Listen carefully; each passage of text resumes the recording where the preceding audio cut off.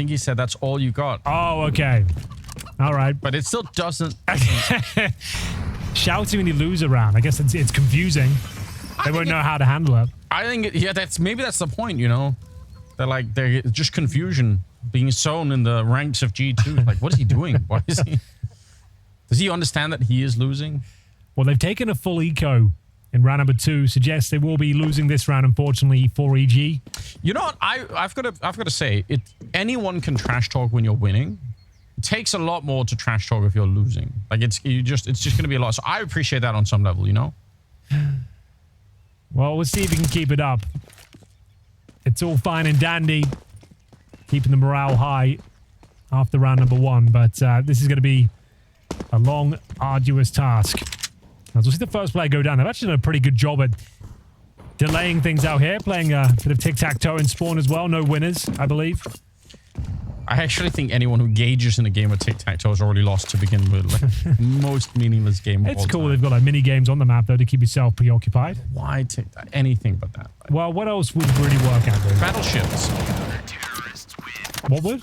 Battleships. Battleships. Yeah, it might take a little bit longer than the 1 minute we have. That's the problem. I think EG will have plenty of time in this game to play. I'm just joking. Listen, I really want to take a stand for Hext here. I know he said it himself. He might be mad on the internet if he's trash talking, but I come down. I'm solidly on the side of the trash talkers. I think it Why makes it not? way more It's a tool in your arsenal. Yeah, it's Psychological warfare should be deployed. and it's more fun. If they win, I'm gonna be laughing so much because of trash talk. If they lose, it's almost even funnier. So Yeah. I just think either way, I'm a huge fan of it. I don't know why it makes people so mad that they have to be, you know, taking it personally. Just enjoy it. Look, he's already got shut down by Modesty. All right, Hooksy. They found the man advantage there, but he offers it up straight away. Bear in mind, 3 SMGs for G2 up against the AKs and Galils here. It's a little bit frantic to kick things off, but we will have Nico still holding strong towards the half wall. A boost on the Atrium for JKS as well. And 1 minute 15 on the clock. Be focusing towards top or middle here as EG jostle for control. Another kill from Odyssey. Yeah, he does get things in return, but no one's expecting that secondary player up on top of the canopy. You're just not seeing it coming. Automatic. He's alone, and this is a bit of a bonus round, Henry. So they had 2 MP9s. I don't think G2 care about losing a couple of players here. Oh, no. You'd be more than happy just to be winning the round in a comfortable manner, which looks to be the case. Like, sure, it's a 3 versus 1. It's automatic on the other side. Caveats are, though, he's only got 21 points of health. There's no way. Yeah, it's very unlikely he'll be able to find 3 clean kills, plant a bomb en route. But we'll see what he can make of it. 30 seconds for now. Up towards short. Modesty position is so strong, and he's going to stand up to get the kill. Do you know an interesting fact, Henry? Always, Anders. You know how if you're standing in the A hallway, you can throw that grenade, you can bounce flashes off the chimney? Yes. That bounce? Did you know that you can throw Molotovs the other way? You can bounce them from pit up on the chimney and land them in the hallway? From the CT perspective? Yeah. And whereabouts in the apartments does it land? You can make them land in the middle, like in the center arch. There are 3 arches in there. I mean, it's pretty cool, but can't you just throw it in there as well? Don't ruin the day. Okay, Yes, just saying. you absolutely You can just throw and bounce it off the wall and lands in the middle. I'm not making that argument, Henry. I know, fair enough. All right. Well, I appreciate that. To answer your question, I did not know that. And spend a whole hour and a half figuring out how. that fact still remains. So I appreciate you sharing your insight and wisdom as we get into round number 4, Anders, and it's going to be the eco. Lost bonus, racking up, but can only justify upgraded pistols here. 3 grenades, though. That's the important fact. So where will they be deploying those? Looks to be the corner of Banana here. Hoping they can catch Hooksy at a position, perhaps. He is there. There is a chance these grenades connect. His will. Yeah. For 4 players as George trying to not set a fake, just show a little bit of presence towards top and middle. So grenades still available. Could nade coffins, I suppose, as well. Could give it a crack, but the problem is, again, they have no armor at all. So even the pistols here, I mean, that's why that first grenade does so much damage, and any subsequent nades will be devastating. Even the MP9 here at range just going to be cheering them up. I got a weird feeling about this round, Anders. Yeah. Okay. I didn't like the positioning of Hooksy there, but Nico picking up the pieces. He's bought enough time, and without armor, as you mentioned, should be absolutely fine. It just looked like there was a window to find that opening frag. But you weren't wrong. Could have been ugly if Nico would have found a similar fate. That would have been interesting. Also, there was a flash that came in to help Nico get the third one. So, good basic timing going on there. Have to appreciate it.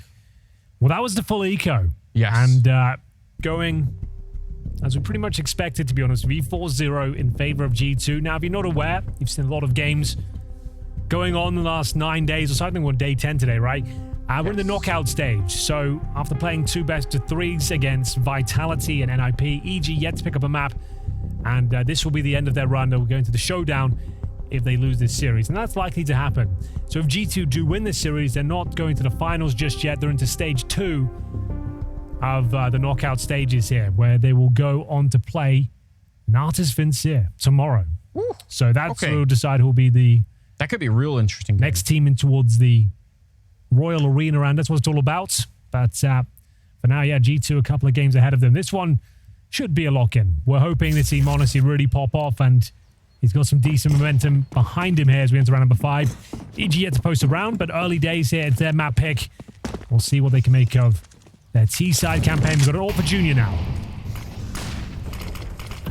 We need to get things started. We are in the 5th round just started, and they have a total of 4 kills right now on the EG side. So it's definitely looking a little bit thin to begin with. You'd want to see that change.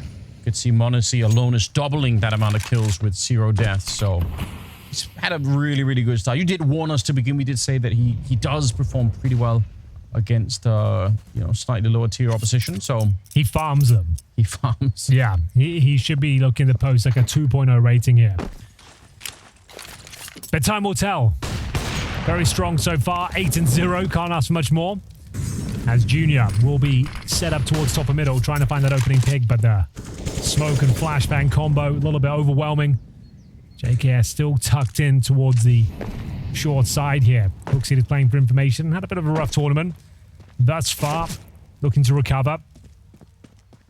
And playing alone. He'd probably love to farm EG in this one, Feels a bit better. Get himself higher on the boards overall. Good timing. I mean, it's actually a nice flashbang against m0NESY, but the timing is just a little bit too good for him. HooXi's still playing alone. Gonna get some backup now with about 25 seconds left. HooXi doesn't really need to dive for this one either. They're already in a 4-on-5, but he's gonna push forward in front of it. And the spray is excellent. They're pushing right through the smoke. He could have easily had the double there, I think. Not going to be able to take him down, but it's still looking grim here. Just 12 seconds left. He did more than enough. 10 seconds remaining, and the bomb will be planted. Crisp as you like from Nico. Left, right, good night. As he denies absolutely everything once again. m0NESY, though, opening pick, completely blind, as you mentioned. Funnels him in towards B. HooXi, as you mentioned, didn't necessarily have to be as combative as he was, but he got the frag required, maintained that advantage. No bomb was planted. Hunter through the smoke, and here's Nico. My God. That is a crispy finish as we go 5-0. Evil geniuses with their backs to the walls. You might imagine here, Tech-9s, PG-50s, Desert Eagles, and the first shot connects. Luckily, through the wall, Walker will be down to 55 points of health. So, first kill for Nico was so decisive, wasn't it? just wanted to get it over with. Slapped it right out of the round. What's the most efficient way I can clean this up? That would be it. Wow. What an experience for EG. Yeah. Let's hope they can start turning it around. We don't want to see any 16-0s here. Early days on the T side. These are the sort of rounds that catch teams off, but a very strong incendiary. Allowing JKS to get in a strong position here. Starts lighting them up. Preparing to knock them down. And they just can't even justify going through that smoke. They've been blocked out again. It would just be an absolute meat grinder. So they've just got to reposition, retool as they walk into the onslaught of bullets from Nico here. This is getting rough. They are barely making a dent here, scratching the surface, whatever you want to call it. Yeah, G2 are looking extremely comfortable as they post 3 AK-47s and AWP. M4 for HooXi as we get another pretty much immaculate round here. Earlier in the day, Henry, I was offering to box you at some point. And we said it, but the problem is there might be a real weight class difference in this hard to count. I feel that's what we're experiencing here. Yeah, but the referee should call it off because they're not defending themselves, right? That should be the rule. Yeah, you're not allowed to turn your back either in boxing. They can't expose your hand. Like, there are a lot of rules here that. Oh, all right. I'm still optimistic. I still think we've seen plenty of one-sided games and leads disintegrate. I've talked about it plenty of times, like 7-1 leads, and then all of a sudden you only get 8 rounds and a half. You know what they say? It's a fine line between optimism and just being delusional. Yeah, well, I'm prepared to walk that line today. All right. For the pride of North America here. This could be the first round. It's actually looking okay for them. It is. A 4-on-4. They've done significant damage towards Nico as well, but m0NESY yet to be killed. 9-0. The immortal sniper continues to live as he posts yet another kill. Hex has been removed.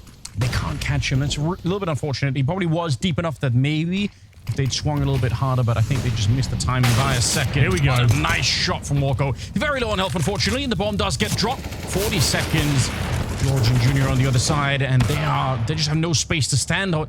Very tricky to find your way out. Junior's going to get one of the kills. He's definitely a highlight player, so see if he gets a chance here. Tries to go for the no-scope, but gets hunted down by m0NESY instead. We'll find a third kill of the round and make it a 7-0 in favor of G2. And I just want to say, I appreciate your optimism, Henry. But you're cheering from the sidelines. I picked EG to win. I'm on this boat with them. It's fleeting optimism, I have to say, because m0NESY's back on his bullshit right now. Like, he's getting in that zone, isn't he? 12-0. Like, every move he's making just seems to be the 100% correct play. His opposition doesn't see it coming. Yeah, they might not kill him this entire map. I'm not sure. Half-5 for now, Anders. Not that long ago, Nico almost broke the record for most kills in a half. And was that on Ancient? That was on Ancient. In Washington, right? In Washington. Now, m0NESY is nowhere near yet, but at 12-0, I mean, this is the start of something. How's he going to get there, yeah? Start of something. I'm not sure what, but pretty immaculate so far. KD of 12, and he's got an assist to boot as well. Position towards middle. Do they want to feed him again? Maybe it'll just be a moral victory just to get our kill on him. Just like, well, we can do it. Unfortunately, we've got 2 players. 0-0-7 right now. You say that, but actually, that's how petty I would be. I would be like, let's at least take this. Ruin his game. Yeah. Oh, God. Oh, my God. It's so hard, though. Oh, he's so crazy. It's Hunter to get that one, but it looks effortless, doesn't it? Yeah. He's just doing it like it was nothing. He's in that flow state. Everything going in his favor. Every flick's connecting. Right place, right time. Every situation. This is probably where he dies. I've probably cursed him at this point. And he lives to tell the tale. JKS will bail him out. Continue the perfect game here. That's about the most compelling storyline. As the scoreline is 8-0 right now. m0NESY 14-0. And 2 players yet to frag on the EG side. That's Hex and George. So we knew this would be a win for G2. I think we can all accept that. Apart from you, apparently. You did choose EG to win. You want to explain yourself? Sometimes you just have to sort of like roll the read dice between the lines. Read between the lines. And what are you reading thus far? I think I think a lot of the times people just they tend to pick the most obvious picks, and it's easy and it makes life a little bit dull, a little bit boring. All right. I'm not like that. I try to. So is it more strategic for you? Are you trying to win by stealing upsets away? I mean, I'm so far behind in this prediction game that I have to do something. I don't have a choice. You're going for broke. It's more fun that way anyway. Plus, I'm not gonna lie, Henry. If they do win, I'm gonna be so smug. I'm gonna be unbearably smug for at least a week. More so than usual. Even more so than usual. Wow. There's a potential upside for me there as well. Well, that was the tactical timeout, Anders. It would have to be quite the rallying speech to save EG now. Their T side on their map pick is a disaster, to put it lightly. And continues to be troublesome here as they take significant damage to kick the round off. A couple of HEs landed their front door. m0NESY's going down here, I reckon. It could be. The boost was actually pretty good against him, but now he's got some backup. HooXi is setting up his teammates. Oh, no. Oh, Lord. The incendiary down as well. Like, you can't even trade these out. You can't even commit to the frag. So you just have to just peel off. Call that one done. And it's NiKo with the opening 2 frags. And 3 players remain. Huxi might be in trouble here, but if anything, just gets the information that the bomb's towards top and middle. They've got a player towards the apartments as well. That's got to be George, who's down to 50 points of health now. This round, if it's going to be salvaged, is going to be by Hext. He's towards short. True. But he's been smoked off. There is a gap, I suppose. You can get on the hay bales. Yeah, but you're also a lot more exposed up there. But yeah, I don't disagree. Hext could really open it up. It's a powerful position to be in. About 20 seconds left, and yeah, walking through just as smoke's about to fade. Flash around the corner. Good opening, Hext, but he's going to get shot in the back. JKS is down there. They lose him. And now Junior, 10 seconds here, trying to hunt it down. Really wants Huxi, and it's going to be crouching in to get it, but it does open it up. Maybe get this one too. NiKo was very low on health. I don't think he could have actually had the bomb plant, but, you know, he could have done a little bit more. Well, that's the closest they've come to winning a round in, what was it, like a 3 versus 1 with a Glock in hand and 3 seconds on the clock. So yeah, kind of punctuates what we've seen so far. This is a very, very nicely timed little excursion towards the top of the banana. Double kill for NiKo, a 5-on-3. There was a moment where you thought maybe they can do this. Maybe there's a bomb plant here and a 2 versus 1. For now, though, another half by 9-0 against them. Pistols pretty much across the board. We've got a Hex Galil, Junior with no armor. Speculative shots from NiKo, a few of them connecting as well. That's a powerful grenade. Boom! A lot of damage inflicted. Might just have to go for this one now. Find the bullet, push the smoke.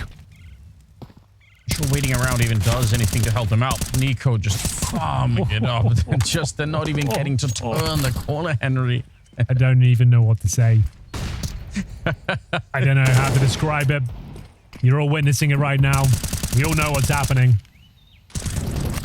My words just paint a further picture of as to how grim this is. But Automatic and Junior waiting at T-steps right now.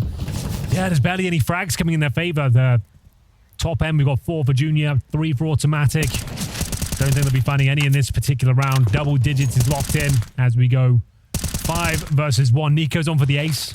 Something there. Why not? Why not? Give him the ace. Give him the ace. Yeah, Give him the ace. This is quite something we're witnessing. Honestly, you gotta be careful here. There we go. Don't want to be adding a death to that.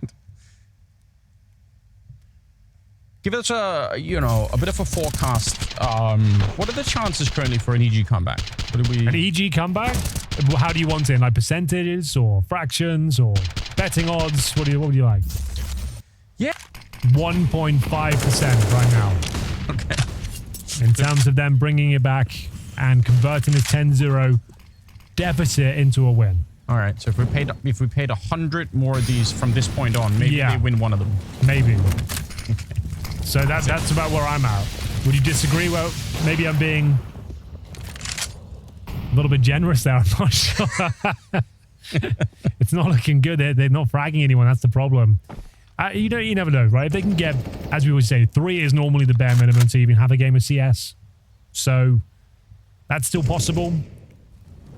Like, you can take your foot off the gas a little bit if you have these huge leads and things are feeling a bit too easy. Someone just oversteps the mark. So another talking point that we brought up in the past is even if you end up losing this game as EG, you wanna be able to look back on something, right? So just victory, probably not a conversation. Yeah, well, they haven't right now. haven't planted the bomb yet, so like, it's difficult to really get any data from these sort of rounds. Like, how are we losing the key clutch situations? Did we overextend? Did we not utilize our utility correctly? But here we go, opening pick now.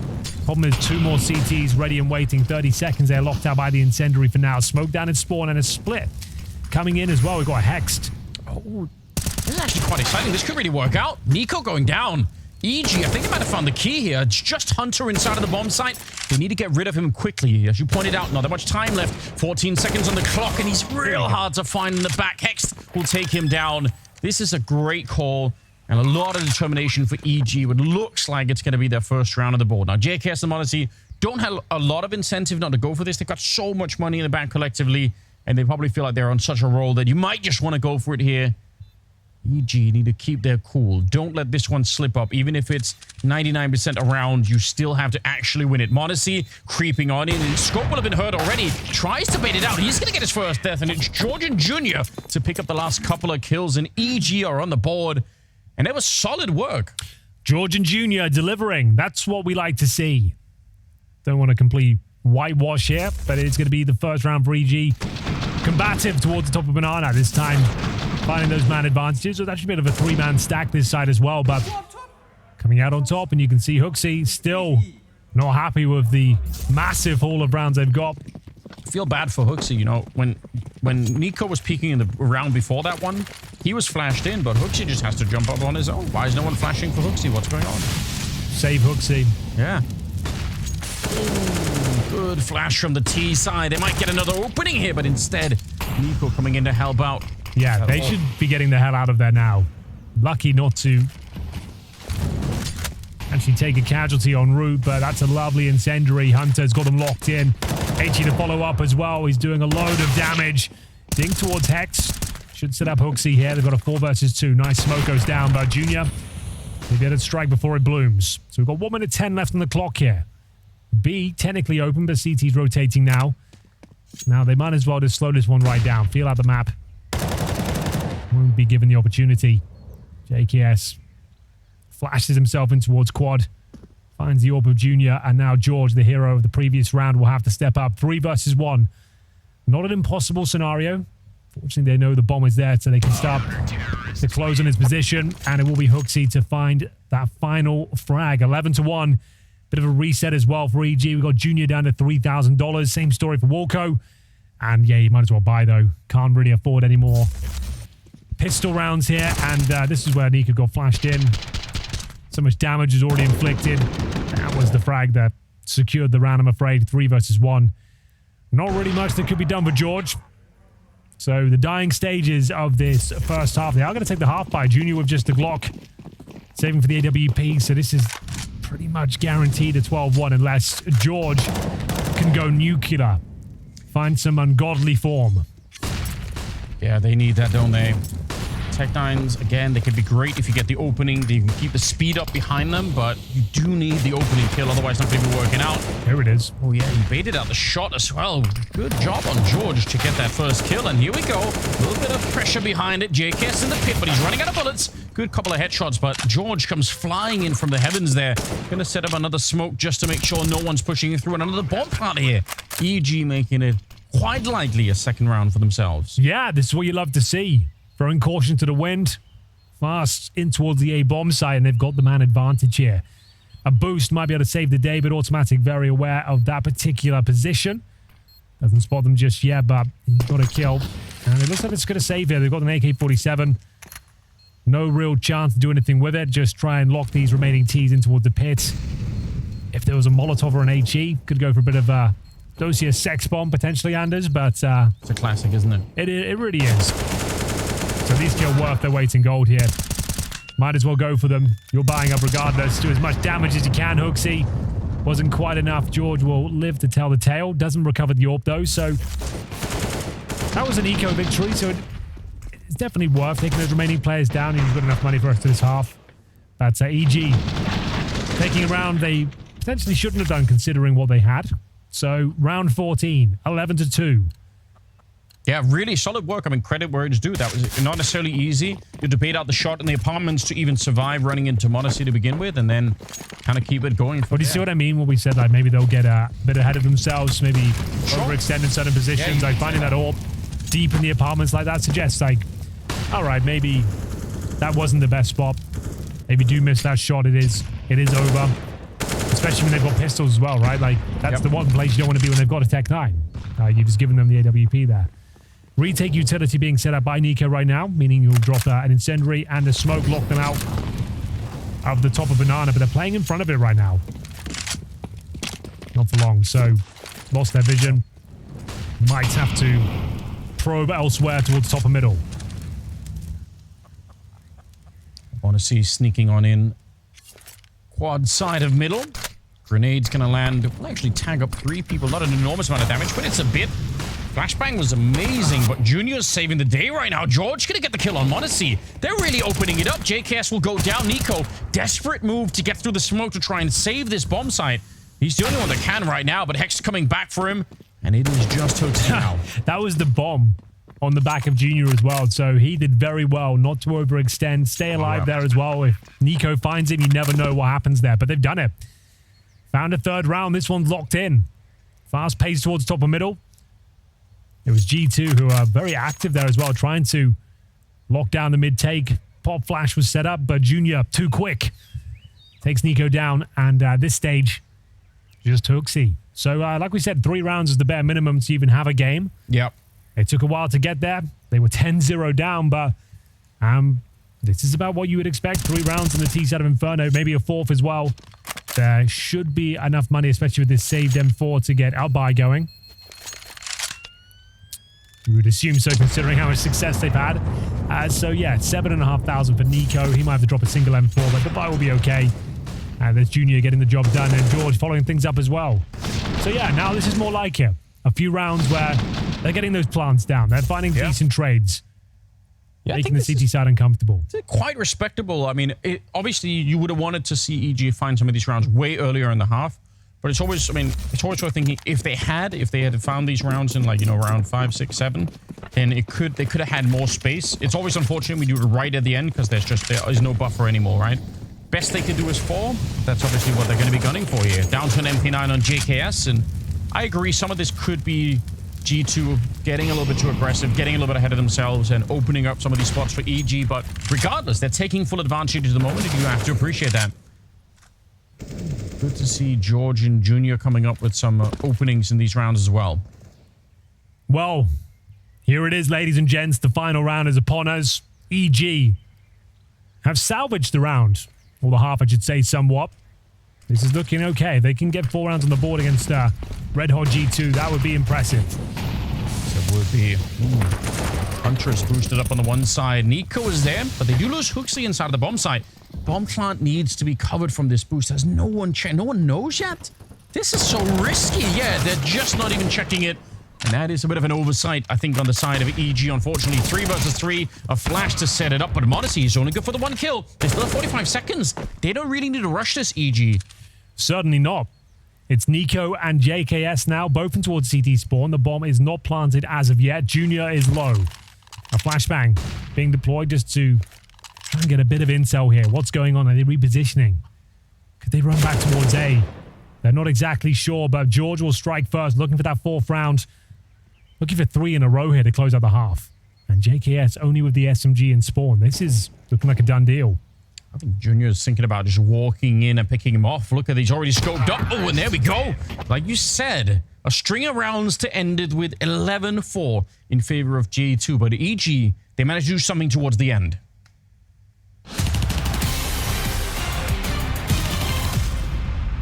Hello, I'm m0NESY. I am analyzing just 1 round.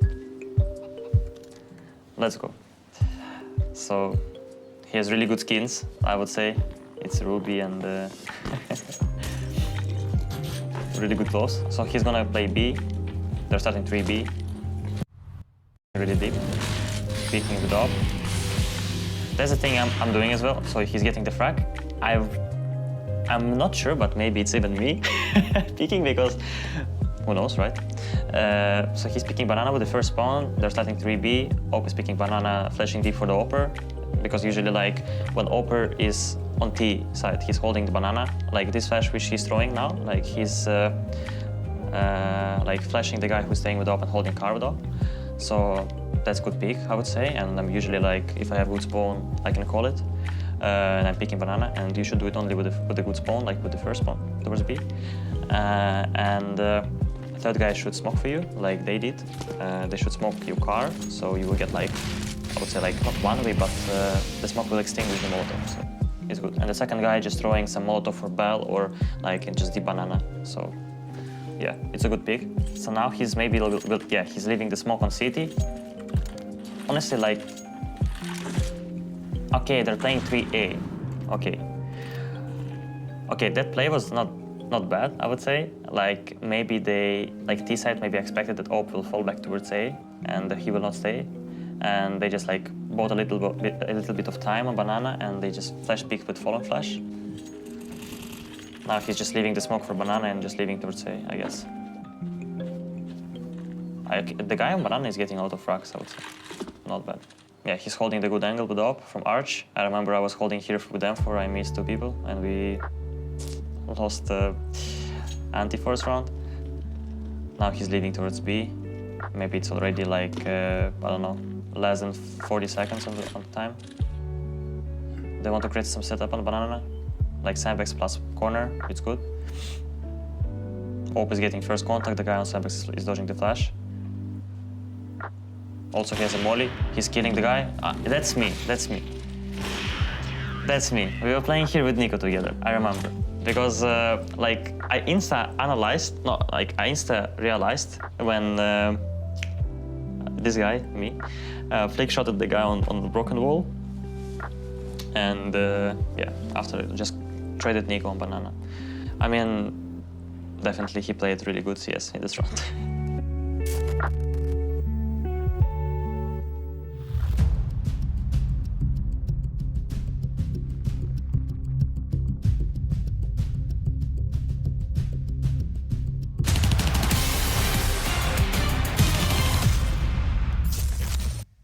Ladies and gentlemen, welcome back to the Blast Premier 4 Groups 2023.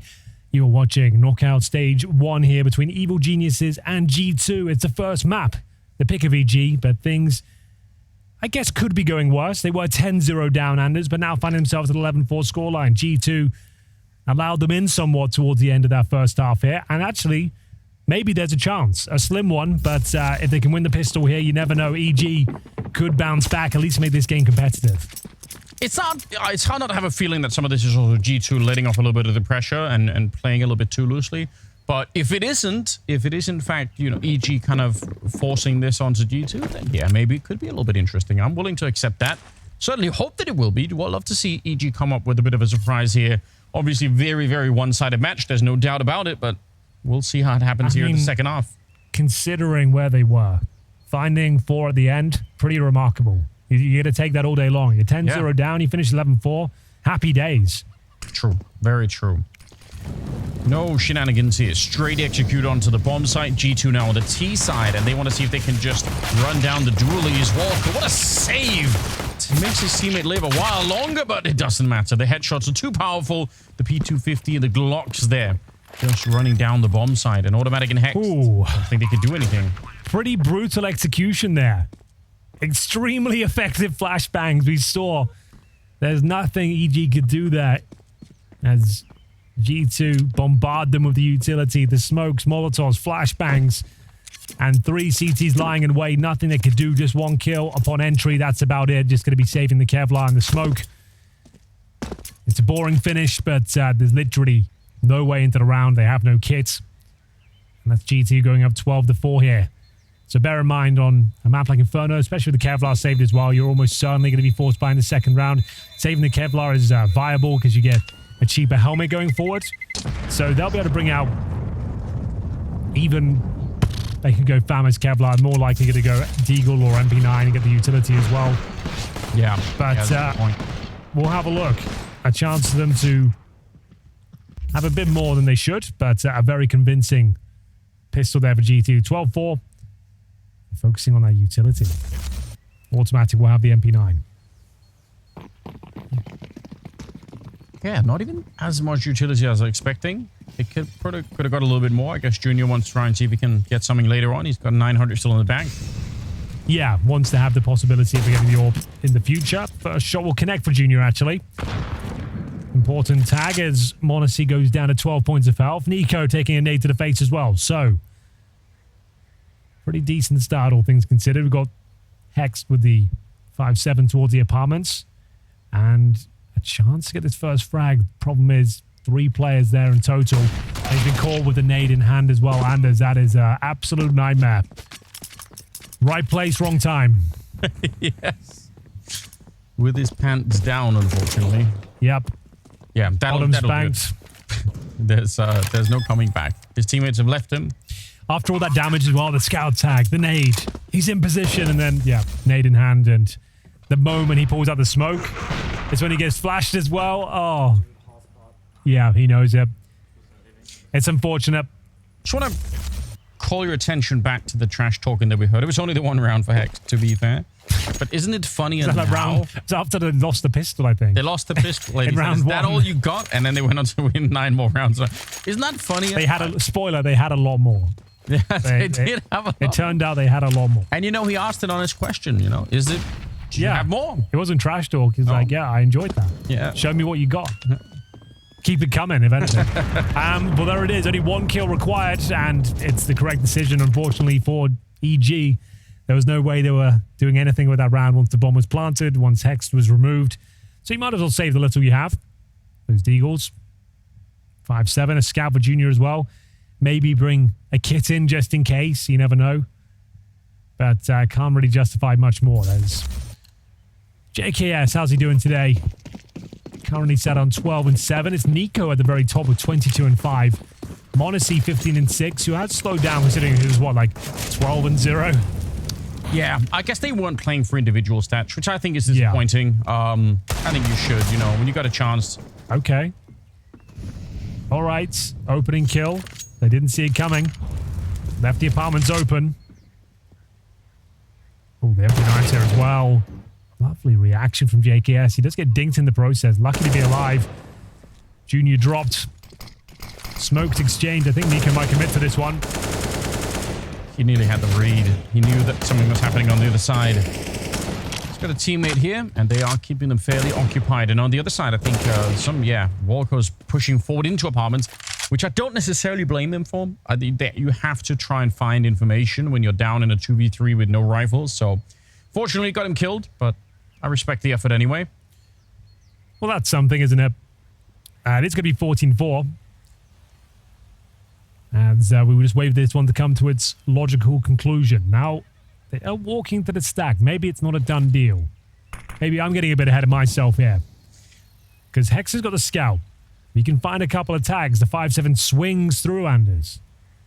Probably need Maybe a couple of headshots here. They're actually still checking out the A-bomb site. This is so... I think they're just confirming it's clear, and then they'll say, yeah, come back. Wow, they really want to win. So It's just like, just for read, like, there's a low % chance they lose the round, even if they just run in with no utility. But it could happen. if he does get 2 scout headshots and the 5-7 swings in, you never know. So don't take the risk. Don't stress yourself out. Means the fish Don't have that argument. Are you a fish guy, Henry? You ever What do you mean, my fish guy? What does that mean?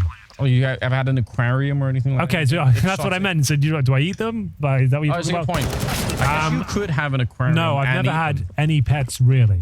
No. Like, lifestyle the last 10 years hasn't really led to it. Fish are fairly low maintenance, right? You still have to maintain them, though. Low maintenance or high. There's still some maintenance. If I'm never home, it will die. Just like the same reason I don't have plants. Friends, family. It's a much simpler lifestyle. No one gets upset. Beautiful. Yeah.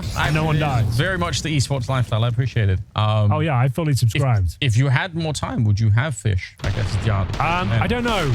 I think yes. If it was like, if they're like robotic fish, if it looked the same as normal fish, you got the aquarium, and it looked like the real thing, and you had no idea, and they're just robots. Okay. And they kind of learn and grow. I would take that. Is that an option yet? What are they going to learn? What are you talking about? They just grow up, I suppose. I don't know, like a normal fish.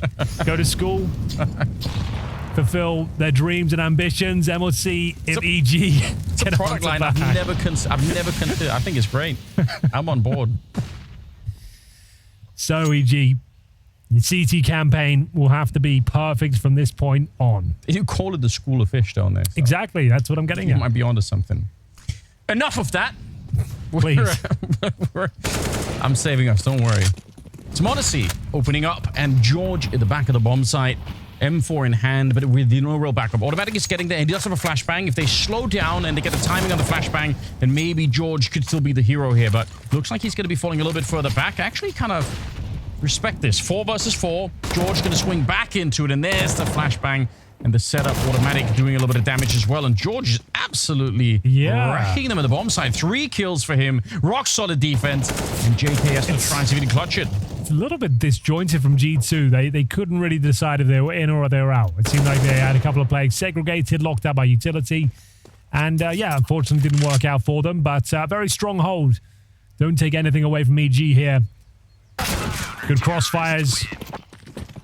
Very convincing round. 4 players survived. The money a little bit questionable as well for G2 here. They might even take a tactical timeout as we go 15 or 14 and 5, I should say. Here's George. Haven't had a chance to see what he's capable of too much, to be honest with you. This was a lovely little sequence. Automatic too. Ooh. I think he wanted them to peek. It's the most frustrating experience, isn't it? Well, no need to be frustrated yet, Hooksy. This one should be in the back still. Oh, this round under question, though. How did that fire? Oh, it's a Molotov from the other side that he ran into. That's devastating. Now you could be frustrated. Yeah. But there's the Galil JKS fighting back here, and it looks like they might just commit towards the A bomb site in a fast-paced manner. Smoke down towards Moto and indeed the Arch. Down to automatic here, and he's going to swing. And to great success. 96 damage taken from the Molotov. Double kill picked up. And he survives as well. That's a great round. Yeah, he was so close to burning alive in that library, but well played. Absolutely worth it. And Junior, even though he went down in the middle to the Galil's a bit unfortunate, but he did actually get the tag through the side of the wall. And it starts with the Molotov kill. All right, we've got a game on our hands, Duranders. G2 not putting it to bed quickly. Frustration starting to show a little bit of these. You can see Hooksy there. Frustrated to burn to a crisp. Seems a little bit absurd to be very frustrated when you're up this far. I guess individually... Just because you know it's over. You just want to get it done, you know? That's all it is. That's it? It could be. Literally. You just like... this should be GG by now. We've had a pretty silly round. We've given a few too many away towards the end. It was barely a game when we were 10-0 up. Let's just get this over with. So yeah, when EG hit up some resistance, you have some rounds you probably should have won. I can understand when they get frustrated. It's purely just for that reason. Let's just get on with it. Imagine if they lose because they started to tilt because they wanted to win even more. But talk about suffering from success. Yeah, well, it's too much. It's going to be 14-7 after this one. They'll be slowing it down, and this dog shot might lead to a kill or two here. There's the first. Hunter looking for a double deagle if possible, but just Nico remains. Some damage inflicted towards Junior and automatic. Maybe he can get a kill there, but only got the Glock in hand. So, oh, okay. Good shot. Nice shot, indeed. Briefly considered burst fire. Never do that. It really is not a... It's not a high percentage chance, but... It's not a thing. It's been done in the past. Oh, that's a kill, actually. Oh, he's looking for it. Try to... Wolf's going to be to hunt him down. 7 rounds, Henry. Up to 7. What do we make of it? How long before real frustration kicks in? Not frustration that you haven't won yet, but frustration that you can't close the game. That could still be a real possibility. This one's not done. It's not over until we reach 16 at the top, and there's still a couple of rounds to go before we're there. They haven't even alleviated the pressure of guaranteeing overtime as of yet. CT side, it's the pick of EG. They've been given an inch. Can they take a mile? That's the question. Monacy trying to crack things open. Look for that opening frag if possible. Ships in the night. They pass each other in the smoke. Trading out kills on either side. George will hold strong. The turret on top of the car here. Not falling back. Does significant damage towards Nico. He's sat in the smoke right now, looking for that one way. And it's an absolute bloodbath here, but it's G2 coming out on top, looking to post map point. Junior, he'll remain. So many kills across the map. A frantic round, but one G2 capitalize upon, and it looks like we might be done here after all. Kind of approach where they're just throwing bodies at top banana, you know, really suggesting that they just feel so strongly that they're going to be able to outcompete EG in those kind of fights, because tactically it's not really necessarily that deep. But again, Nico, even getting shot inside of the smoke, he's so sure that 1 second of opportunity and he's going to get the kill up there, and they just keep trading in their favor. Junior with no chance, and he's realized that long ago. So going to be 15 on the side of G2, and EG now in a position where they would need to win 8 in a row to even get it into overtime. Yeah, it's not an ideal position. No one's saying that. But G2, a convincing finish there. 3 players survive. Bit of a brawl. Big numbers up towards Banana. Trade out the kills. Wait for those reactions to come through. Let's have a look at the initial frag. There was George, like we said, who was holding strong, denying access the best he could, but we had JKS patrolling the extremities, hitting some bangers. Hex can't believe it. He actually did typed FU again, didn't he? I think it was FU. I don't think. Did he? Yeah. No. Yeah, there it is right there. Oh, beautiful. I like it. That's. I feel like if you type that, it's almost showing even more respect. JKS did say, haha, was lucky. So he's an honorable man. Wow. You got to respect that. Yeah. Being a gentleman about it. Humble JKS. I would have typed easy. I think that's the easy GG. Yeah, that's the best, one of the best replies you can really give. Well, it's going to have to be a hell of a reply now from EG, as they'll need 8 rounds in a row, as you mentioned. But you know what? First map of the series hasn't gone in their favor. We do have Nuke up next, a pick of G2. But time will tell. Maybe we've got a couple more rounds. A few more twists and turns yet before we have to swap the map over. EG will have a buy at least. A strong one at that with the Junior AWP. As you can see, it's positioned towards a B bomb site, and that might get a lot of attention sooner rather than later. We're seeing every member of G2 start to coordinate themselves back towards B. I think just a textbook execution to close things out, and there's just a couple of smokes, Molotov and new boxes, flashes over. Jobs are good, and there's 4 players towards A, so it's the right call. Yeah, this is going to be a really, really good call for the side of G2. So I think Walko's identified something's up. Even with the flash there in his eyes, JKS, he just spotted the outline of that player in construction, and that's enough to get the kill. And they know that he's out there, but that doesn't really help them so much. They still have to get close. JKS doing work now. More nades are being thrown in. Final one from G2, so at least they can burn him out. They're in a 4 versus 3 to try and hold on to the map. Doesn't look good, I'm afraid. This retake would be magnificent if they pull it off, but speaking of magnificent, G2's performance here in Inferno. Sure, they let them in a little bit here, but a comprehensive victory. It will be. As he gets the AK, who from EG is going to be able to stop him? Most teams, even world-class teams, will sometimes or very often lose an entire nuke map just to NiKo running wild in the yard. And at the present moment, EG, they don't look like they have the firepower at all to see if they can stem the tide. But we'll see. It's a little bit of a slow start here, as they are expecting maybe someone to be there. Want to put the P250 use at range. We'll see if he can find a headshot here against George, who's trying to make himself hard to find. There's a couple of shots ringing out, and NiKo will open it up. Well, that's the way to kick things off. Outside pressure yields an opening frag, and HooXi controlling that lobby. Good for a trade. This is an important frag now. JKS comes out on top. Good for a couple, and indeed picks up the round there. Didn't have to break much of a sweat. G2 with a couple of outside smokes. The flashbang to peek towards heaven, and the P250 doing its job, finding that opening kill. Forces out a reaction from EG. They try to take lobby control, but HooXi waiting for them. JKS as well, patrolling the flanks. And a pretty convincing finish here. NiKo, it just seemed like he knew that shot was going to connect eventually. I think he has so much trust in himself for stuff like that that I don't think it ever crosses his mind that maybe it could go the other way. If anything, he's probably disappointed that he took 3 or 4 shots. He's like, why wasn't it just the first one, you know?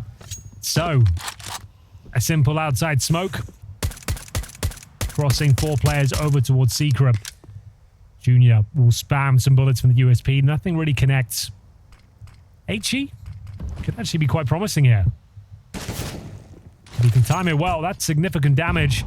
Oh, yeah. With the Deagle on top? Or if they actually got that, maybe one more Deagle shot, it could have dropped them very low, but Hunter is running wild with it down there. Double Mac 10 kill for him will really open up the bomb side, but I don't know. There was some real promise there. They could have worked out for them. They could have maybe had a couple of kills and maybe turned it into a 4 versus 3 in their favor. Yeah, nice idea. The HE lands about 75 damage, but unfortunately unable to find consecutive kills, just the one. HooXi goes down. Hunter picks up the pieces with the Mac 10. And it's Junior and Hext who will be saving a Deagle and a Scout. But that's about it. 3-0 looking likely. That was the force buy.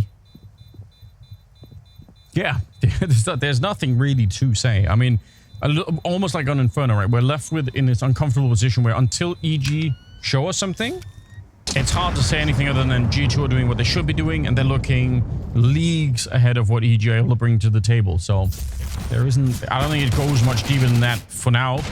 Yeah, here's the replay of the kills from Hunter. Very efficient take of lower. Molotov and smoke down towards ramp. Bomb planted. Job done.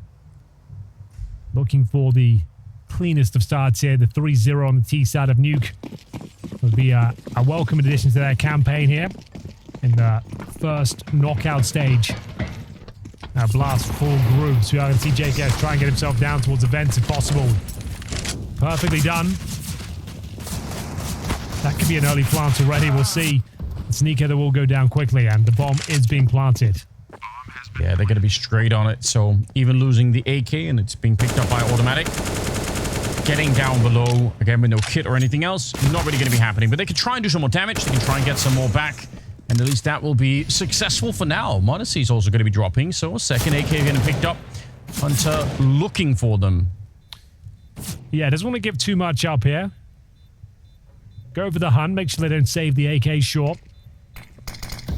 All right, smoke things. Makes things a little bit more complicated, though, for him. So, this is not a bad outcome, all things considered. You weren't ever going to win the round, but saving 2 AKs, that's going to help out a lot. Yeah, that's pretty respectable. Got to try and optimize, especially when you're the underdog in this particular matchup. You should try and optimize every single round, and getting 2 AKs will definitely help out. 4th round coming up. G2 so far just doing what they should be doing, really. Just to note as well, Junior will discard the Scout and upgrade to the AWP. Okay. Every round counts at this point. They don't really have the luxury to experiment with the lesser weaponry. Need to win these rounds. Can't take any risks. Yeah, this first gun round will set the tone as to whether they can actually stand a chance here. Lovely shot to open things up. That one connects. That looked so crisp. Well done. 4 versus 5. Hoaxy trying to take over the ramp on his own. And he's actually making ways down below. That could put some pressure on Automatic, who's all the way on the other side, looking to step up Secret. But eventually, either somebody has to get down the vent, or Automatic has to come back and do a little bit of work, because having Hoaxy down there is just uncomfortable, isn't it? 4 versus 5. And actually, he's going to go back and check. He's not quite sure. Bomb is making its way back towards the lobby, so might just join up with Hoaxy after a long wait. Yeah, it would make sense. Go for a lower execution of sorts. It's the only part of the map that's under their remits. Might as well see if they get a bomb planted here. Junior doesn't want to overstep the mark. Throws a smoke up to his teammate. It's a little bit awkward, but he gets it in the end. Yeah, they're really trusting in their system here, EG. They're saying, we're not going to rotate anyone else down. Obviously, for Hoaxy to make it forward, he has to open the door, shoot out the windows. They know that he hasn't done that, but still, you're giving them a lot of chances here to get a bomb plant in a 4-on-5. Now, Automatic is at least being joined. 2 more down the vent, and they're going to know bomb being planted on the other side with just 23 seconds left. But this retake will not necessarily be easy either. Certainly not, Anders. They've done very well to get this clean plant down. Automatic will bring it back to a 5-on-3. Huge advantage here, but a lot of work to be done. There's a Molotov still on JKS. If he doesn't die here, he could win the whole round from this position. Oh, nice find. Walker's going to be able to pick it up. Bit of a crossfire. Leaves Modesty 1 versus 4, and he is hunted down. They have kits and everything else. An overall fine job on the retake, and maybe proving that they should have trusted in that position in the beginning. They knew they'd given up ramp, and they were happy to just hold outside and hold everywhere else. Well, there we have it. It all started with this wonderful shot there. Walker is showing how favorable it can be to have the AK-47 on the CT side, saving that weapon over, have the potential of the 1-tap, and it will be the opening round found for EG. A very promising one as well. 3 AKs now within their arsenal as we enter round number 5. All for Junior still. Money's still pretty strong for G2, but starting to come under question here as we see the same Outside smokes deployed. CT's willing to fight him. We've got Automatic trying to get towards Secret, but he's so flashed. So flashed and almost got stuck on that handrail. That would have been a nightmare if they actually would have turned the corner against him. He still might be in a little bit of trouble, but actually look at this. Instead of using the wall to go down Secret, they're going to go and investigate into the garage, and that does make it a bit interesting. 5th round, Automatic, a little bit out in the open. This is dangerous, and the spray not going to be working out in his favor. Junior has no idea. He never suspected that they were that deep in on the map. And why would he? Automatic playing a dangerous game outside. Arguably should have been his kill. The timing looked to be in his favor. But a 5-on-3. Not a complete death sentence here. They can still maybe recover this round. It's not looking good. 45 seconds. Hunter holding towards Garage. In terms of the upper hold, we've got George at the CT vent. Hex in the rafters, who could be under some scrutiny here. It's Hooksy. We're going to take him down first, and that should be a... Once you've been discovered like that, even if you got one, you're going to be traded out. George, great effort. About all he was worth.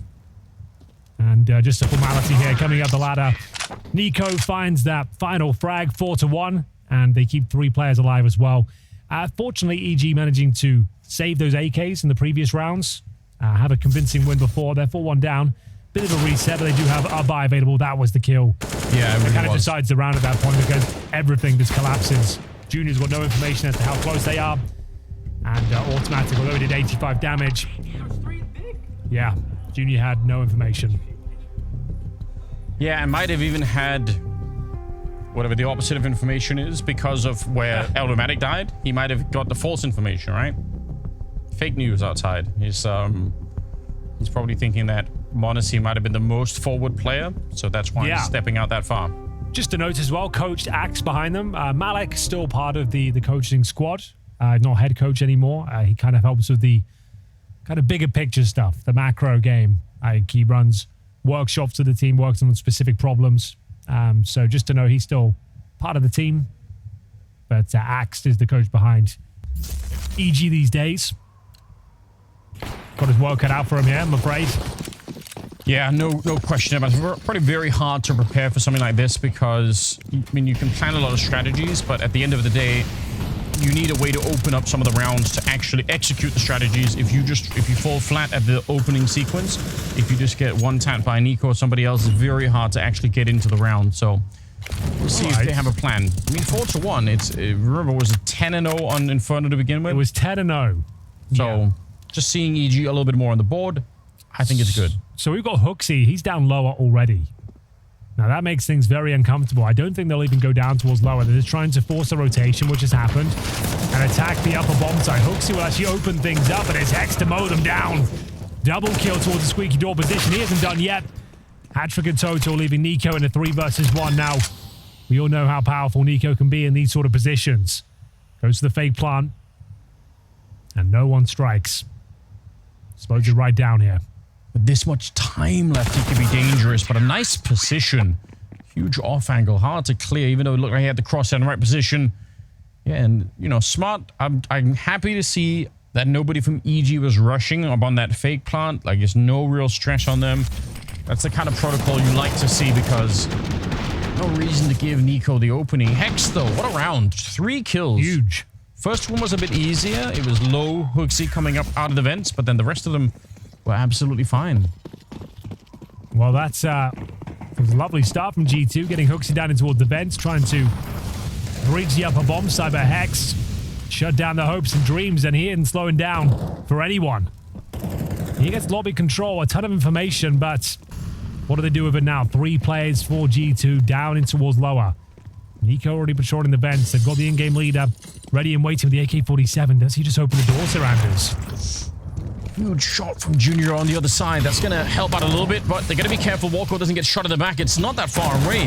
The Silo, I think, helping him out for the minute, and Hex will find a kill. This defense, it's once again coming together nicely. Hunter's going to get shot down. EG about to find a 3rd round here. Yeah, this is actually a very nice response. The lower take attempted once more. Well, they had every advantage going in their favor as well, but Not out of the woods just yet. Modesty will pull a frag back. That's automatic found. And we've got JKS elsewhere towards upper. He was trying to backstab him towards the upper bomb site. Doesn't happen. And that should be the final frag for George. No problem. 2 in a row for EG as they bring themselves one step closer to tying things up. 4-3. Money actually broken now on the G2 side. So with $2,000 per player, it's not even a half buy. This is full eco territory. It was Junior, as you mentioned, getting the info. They had tried to drop down lower once again. He was ready on the rotations here. JKS shut down. Great awareness, good finish. EG on their feet, Anders. As they should be. I'm really impressed. It's very hard to play the CT side of Nuke, and you know, holding those positions, realizing where the weaknesses are, and not letting any T slip through. They're rotating down B really well to stop any bomb plant from even going off. I like all of it right now. Bit of a surprise, to be honest, given how things were playing out on Inferno, but a welcome one, I would say. EG, they're going to be tying up the game, make it 4-4 in their favor. They got to keep everybody alive. Tactical timeout. 4-4. AK is recovered on the CT side, all for Junior. Money starting to rack up as well, and G2 will use their first tactical pause here. Now, they do not have the luxury of a Monity AWP or be AKs across the board. Starting to slow down here. 3 rounds in a row for the North Americans. Tournament life on the line. Nothing to lose. No one expected them to do anything with this game today. Inferno wasn't a great showing. Couldn't really get off the mark. 10-0 down. Managed to recover somewhat. Warm up, if you will. And are actually making a pretty good go of it here in the second. Yeah, they are. And I mean, it does seem like that was a bit of a warm-up type situation for them, because it's kind of continued into this map. Always good evidence that something like that was going on. I was advertising Nico in the yard earlier as like a big threat, but I still haven't really seen it. Sure. I want to see more of that. Dink onto automatic. I'm not even sure where that was from. I think Squeaky Door, JKS. I think him just spamming through. Stray bullet. Catches the noggin of automatic. But still, alive and kicking, 30 HP. His Monity, like we said, no orb this time. Dissecting the outer area. 2 comrades behind him as well. They've got some aggro coming. Squeaky Door, you're going to find automatic, low HP. So just trying to play a headshot angle, steal a kill away. Retreat if possible. I mean, you could call this a crossfire, but not really. Still a good shot. George going to pick up Hooksy as well. 4 versus 3. Oh, never mind. JKS. It is a classic setup. You leave one guy in lobby and the rest of them are pushing secret, and it just is so helpful to have that one player there, especially once the bomb goes down. 3 versus 3 here, Henry, and looks like there might just be a bomb plant. Ooh, Hunter. He could have got that down. But JKS, perfect positioning in towards the lobby. Walker has been baited out. I don't even have to go towards lower anymore. Hexed. They could be making a mistake, though. If they go upper instead, Hexed and Mini, Junior not that far away with the AWP, this could get real interesting, yet they're not ready for it. JKS is going to get shot in the back, and now we're down to 16 seconds. Junior finding a stray Nico out in the open, and now it's a 1 versus 1. At least Hunter knows, and he's going to be able to get the bomb plant right away. But Junior, how quick can he be to get there? Door closed in front. Hunter would love to clutch this one. Don't want to give EG the lead. Well, it's 3 rounds in a row here for EG. A 1 versus 1. Junior has the kit. A flashbang as well. Shoots out the window, but he's going back towards the double doors. Works out for him. What a maneuver that is. Ice cold here from Junior. 4 in a row now, and that's a significant round. EG taking the lead for the first time in this series. 2 kills in total, and a nice little move there as well. Just shooting out the window, sowing the seeds of doubt into your opponent. You're not quite sure he's going to finish things up. Yeah. And he must have hit the quick scope. I'm guessing he must have been a very fast shot when he opens the door here. Oh, you can see it was hook, line, and sinker. Hunter looking directly towards the window. Yeah, what are you doing, Hunter? There is a door. There's a door there. Gotta watch out for them. They'll get you. It's very helpful information. But, you know, the man is not wrong. There is a door. There is a door there. Oh, Headshot the there. phone. Yeah, this is a problem. JKS on the bomb site, wreaking a little bit of havoc, but he's going to get slowed down finally. Nico, 1 versus 3. Exactly the kind of round where you really have to communicate if you're on the CT side here. You give him the space, you give him the room to work with, or if you're a little bit too aggressive, he can win these rounds all day. You don't want to be doing that. You want to set it up so you can always trade him out. And, well, Walker's going to be fighting him, so never even comes into question. A 2-round lead, Henry. You starting to feel nervous in your prediction? I wouldn't say nervous. We've still got a map under our belt here. Keep in mind how smart I'm going to be. I mean, yeah, if this map goes in their favor, we get to Mirage, maybe. I just don't know. I think there's too much to do here. Right now, it's just a competitive game. They haven't won the half yet. If they win the half, Anders, maybe we can have that conversation. I don't think that's going to happen, I'll be honest with you. All right. But you never know. This is about as good as it could be going with the context of this matchup. Faster pace towards upper. JKS trying to scramble down the vents. Takes a lot of damage en route. Holds at the vent for now. Spam coming through. A barrage of bullets flung in his direction. Trying to get the hell out of there. He will retreat towards the squeaky room. Yeah, George, I think, burning alive. It took a bit of damage, unfortunately. Still a 5-on-5. Well, look at this little adventure. Junior, I don't think they're ready for it. Monacy, is he going to get caught? Hunter instead with a nade in hand, and that's not what they were looking for. G2, an early casualty here. Liking this. EG are looking quite dangerous. Quite active. You can see G2 had their feathers ruffled somewhat. Outside for now. 1 minute on the clock. JKS still towards that squeaky door. Always a nuisance. Yeah, he is hunting for something. Nico. Might just try and sandwich him in with JKS on the other side. See if there's going to be a way to set that up. JKS does have a flashbang, but I don't know if you want to try and throw it in there. Seems very, very risky to attempt. Automatic, double spray down. Pistol comes out. Finally, JKS gets put into the mix, but there's only 25 seconds. It's a shutdown here. Walker going to get the last kill. They are up 7-4 at the moment. Really nice round from EG. Solid stuff from Automatic as well. Huge double kill towards that main entrance. Looked like he was only good for 1. Here's a kind of analysis that get brought out sometimes when you have really uneven matches. Okay. You'll get somebody saying something along the lines of, well, G2 have no real incentive to try and use their full strat book. If they can get by just doing a lot of default stuff and still win, then they're not revealing anything for later on. Is that just pure copium, do you think? Or could there be something to it? I mean, it depends what you mean. Like, you mean like they will save a specific execution or a War of Smokes variation? I don't think so. I don't think it goes that deep. I don't think there'll be anything they'll be particularly saving. Like maybe with Cologne around the corner, they might have some pocket strats they might want to hold on to, but I don't know. If I was the G2 PR agent, that's what I'd be typing up right now. Exactly. I'd be saying, you know, well, to be fair, they won the first map, no problem. They haven't lost this one yet, Anders. So we'll let them at least play the map first before the statement needs to be produced. Very generous, Henry. I appreciate it. Oh, George, good spray down. Junior put to the test. I think both him and George have been hitting some pretty good shots throughout this one, so that's encouraging.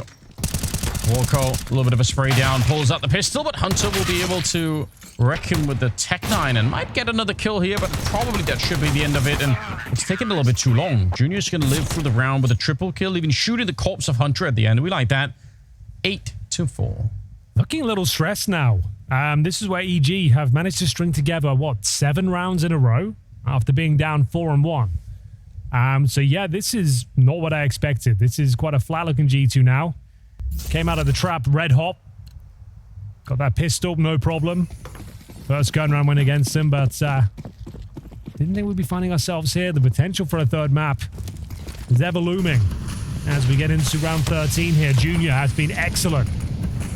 Putting on a bit of a masterclass for the AWP. Very active, aggressive, and continues to find shots here. Takes out Nika to open things up, but not before he can find Automatic, so it's still an even 4-4. Oh, huge gap. Yeah, there really is. Oh, but he was just unscoped and he misses the follow-up. That needs to be a kill every single time. At least they're going to get the information, but could have easily been a 4 versus 3.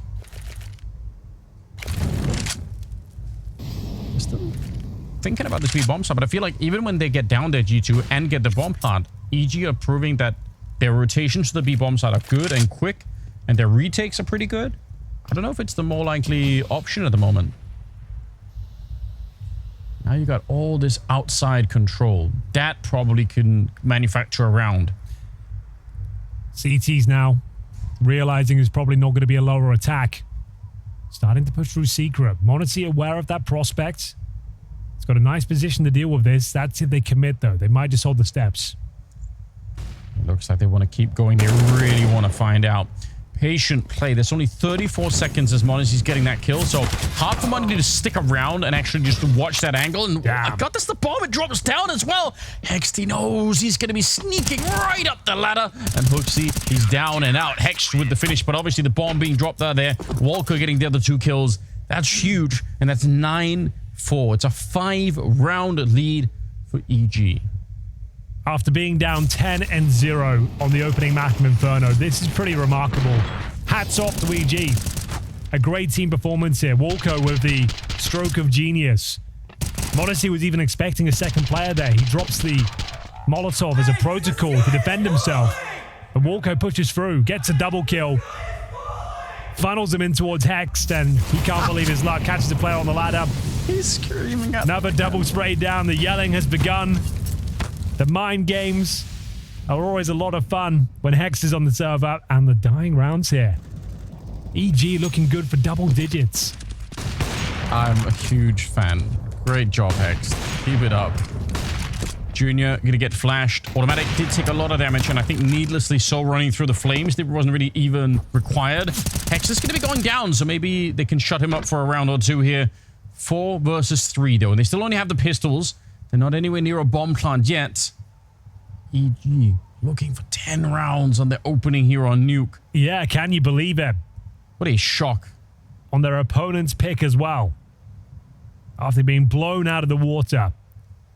It looked like this would just be a formality. G2, another chance to flex their CSGO prowess, but m0NESY still doing that for now. It's a lovely shot. Maybe there is something to be said here. Looking to deny double digits if possible. Great Molotov. Makes things very uncomfortable in the vents. And the difference between G2 having 4 or 5 or maybe even 6 rounds, I think, is massive. Oh, yeah. They're still such a good team that you want to keep them as low as you possibly can. Just keep them at 4 rounds, if at all possible. What a flash. It's a shame that no one's there to follow it up. Bomb is ticked quite far already, and it feels like EG, they want to go. It's going to have to be the fastest retake of all time. They are really running this clock down low, but they're still moving the right direction. AKs have been picked up back again. m0NESY and NiKo will make sure this round is not even close as they get a couple of kills each towards the end. So a 5th round for G2, and with just pistols. Yeah, and if you're EG, might as well go for that just to know it's the final round up next. They had more than enough money to buy up into this round, so it wasn't like that was a mistake or anything. But this is where it all started. I dare say G2 needed one of these rounds to fall in their favor. Things were starting to spiral. What was that, like 9 rounds in a row, I think? Yeah, it was 9 in a row. EG managing to build up quite an impressive tally of rounds. We'll see if they can close out this final one and get the double digits. Once again, JKS lurking outside this squeaky door. Player will drop down towards the fence next to him. I'm obviously aware of the possibility of Justin's position. Gonna check it out now, but beats him to the punch. George has been removed from the equation. That might be the cue to enter the upper bomb site right here, right now. Important shot for Junior to try and help out his teammate down below. Big. Next, yeah, he's going to get that M4 out in time. This is looking so good. m0NESY getting shot at the back. It's automatic with the double, leaving NiKo. And we've said it a couple of times that he could do these, but he hasn't really ever got off the ground. Every time in these 1vx scenarios, NiKo is just getting bodied by the first player that comes his way. It'd be one hell of a clutch if he could. 1 versus 4, and he gets the first, gets him going. Does get the tag on the Hex, but it is not enough. 10-5, yeah. And if memory serves, you actually have to hold the door. I believe that was important lesson from Game of Thrones. Yeah, it's a good point. We'll see. Junior up close. m0NESY on the other side with the dualies. We do have a set on JKS. G2. It'd be quite embarrassing, I feel like, if they lose this one, especially as their map pick They are playing EG, that seem to be one of the, if not the weakest team in the tournament. So I'm sure they would love to close this, make it a 2-0 victory. And so far, so good. Junior with the opening. JKS going to get traded as well. That's what you like to see. EG, if they can win this pistol round, actually could go a really long way. I think they've already won it. It's the bomb's going down. They've got the man advantage. It comes down to this frag, really. And it's automatic. Picks it up, no problem whatsoever. NiKo and HooXi, I don't even think you go for it. You might just be saving Kevlar. Yeah, they are not maneuvering anywhere near any bomb sites here. No kit for any wild defusers either, in case someone was thinking about it. Gonna be a full cleanup. Only Hexed going down. And 11-5. I'm really curious. I'm so curious about the mental state of G2. Are they still fine with it? Do they recognize that there's a whole third map? Is it all good? Or are they beginning to tilt? That tilt is... Can bring down this teams. is where EG are the most dangerous. Tournament life on the Definitely. line, nothing to lose. They're winning every single round. They're starting to yell. It's getting under your skin. You're getting frustrated. Yeah. This is where things could actually get a little bit problematic for GT. The wheels could fall off. So they are going to force buy in the second round here of the second half. CZs, 5-7s, Scout for Monacy. Be a very powerful force buy. And in terms of control, they've pushed in towards the trophy room. JKS and NiKo with control of lobby. Hex patrolling from T-spawn. I only just noticed HooXi's scoreline. That does... It's a bit frustrating, I'm sure. It's 2-15, Henry. No way. 2-15. Well, I wasn't making it up. I wasn't trying to throw him under the bus. I had to go double check it. Yeah, that's... the problem is, he's had such a quiet tournament. True. Every single map seems to be going down that sort of fashion, like an 18-20, for example. Like, it does become a problem after a while, I suppose. Like, it's difficult to imagine a world where you can consistently win championships Yes. with a player that's Yeah, and it's not really... up. It's obviously not to pile on, but it is, like you said, we've noticed it a couple of times throughout the tournament. Definitely, eventually, you have to assume it's going to be a little bit of an issue. Hexed with the MAC-10 going to be finding HooXi this time with his back turn. Then a scout up close. Hex just cleaning it up right now. Third kill, jumping through, looking for the quad. If he had the bullets, he would have had it already. But I suppose the Glock will get the job done. That's a quad. NiKo's out here, and he does have head armor, so he should be able to win this fight against Hex, who is at 37 health. I think Hex realizing as well. But there is a potential for an ace. Not out of the question, depending on where NiKo goes. Looks like he's got the right crossfire. Yeah, he's pre-aimed it. Easy tap away. So ace has been denied, but the round is theirs. It certainly is, Anders. A pretty convincing round. NiKo might steal one away here at Saber Galil, but they won't be buying going forward. This is EG with all the opportunities in the world. This will be their first map win in the tournament as well. Bear that in mind. A beautiful shot from NiKo. 15 kills to his name. It's actually their first map win as well, DG. I kind of lost track of that. Yeah, they did not have a great run in the tournament. And bear in mind, like, of course they weren't going to. Like, in terms of the names and company they have here, it was always going to be a very difficult ride. It started with Vitality. With all the hype behind them, it was an opening game of the tournament as well. They got blown out of the water. Yeah. They got like 7 rounds, 8 rounds on both maps. And they played NIP 0-2 there as well. But they should have won the first map. I think they had a 15-10 lead on the opening map of the series, which they should have put away. That didn't work out for them, but it was close. And this is remarkable, really. You've just been owned on the first map of Inferno, but you kept your heads held high. They kept fighting back. They managed to get 4 rounds after suffering a 0-10 deficit. Got warmed up. And GT started to drop off. You could see they were a little bit frustrated. They couldn't just close out the game quickly. Yeah. And I think that's kind of transitioned over here to Nuke a little bit. As EG have been the better team here. They've looked rock solid. And Yes. yeah, when you got players down at 2-16, it suggests that they're having a hard time dealing with some of the firepower of their opposition. Yeah, and I was going to say, I mean, in terms of the kills, EG obviously really far ahead at the moment, but again, those CT side rotations are really impressive. I think it's one of the hardest things to do on any map is just not leaving gaps in your defense on Nuke. Nice shots from NiKo, but he can't stand up to the MAC-10. So still a 2 versus 3. HooXi and m0NESY. m0NESY sneaking in, but he just gets completely timed by George. Leaves HooXi with the USP. More suffering might be incoming. Yeah, he's trying to see if he could do it here. Would love to pick up something, anything to fight with.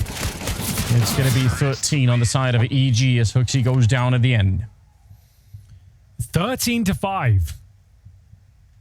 We were discussing this in between the first map. I just didn't think there'd be a world where we'd go to a third. It'd be kind of like comical at this stage, considering how the first map went. It was just waiting for it to close out. Yes. But here we are, 13-5 for EG. We've got a pause, I think, a technical one as well, as they discuss their upcoming round here. In terms of the buy, we can have a look at that. Bit of a spoiler. M4s across the board pretty much. m0NESY AWP as well. Utility's okay. JKS was just a single smoke. But he's got a little bit of residual cash. We're buying up further utility here. To be honest, no matter what the scoreline is, even at 13-5, I want a version of G2 that can bootstrap this kind of a game and just get back on top. Like, get excited about everything again. That you have some of the most impressive players in the game on this lineup. You absolutely should be able to find a way to have more of an impact. You see why with a shot like that from m0NESY. Great flick. Can he get some backup? I think he can indeed. NiKo's going to be taking down George, who I think was trying to jump on top, but he gets automatic up on top of the hut as well, or the silo. So that's it. That should be the source of always having a dangerous G2, right? This should always be like this. Well, that's a much more compelling round for them. m0NESY taking matters into his own hands. A flash outside, get towards T-Red. Finds the opening frag. They try and encroach on his position, but he's got the bodyguard of NiKo mowing down multiple members towards that silo position as well. And that's round over. They might as well see if they can make it expensive. Just get under the skin further of G2. Bleed out the clock. See if anyone will overstep the mark. But we're going to have a long way ahead of us because G2 can't really justify hunting right now. They don't have any money whatsoever.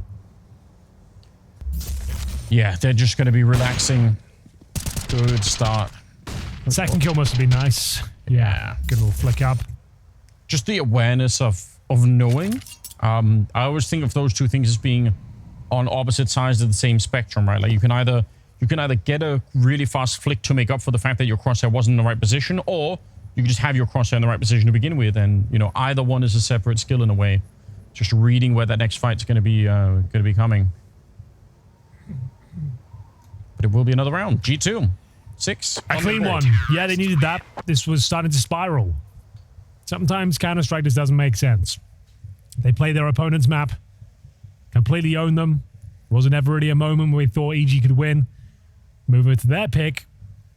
The wheels have fallen off. They're 13-6 down. EG looks stronger than ever. It's difficult to really analyze that one, you know? Yeah, I agree, but it's also at the same time, it's hard not to be concerned for G2 if I'm watching this. I can't help but think. I think EG have played a very good game. You can see they've thrown caution to the wind now, and kind of the nerves have been shook off after getting rumbled on that first map.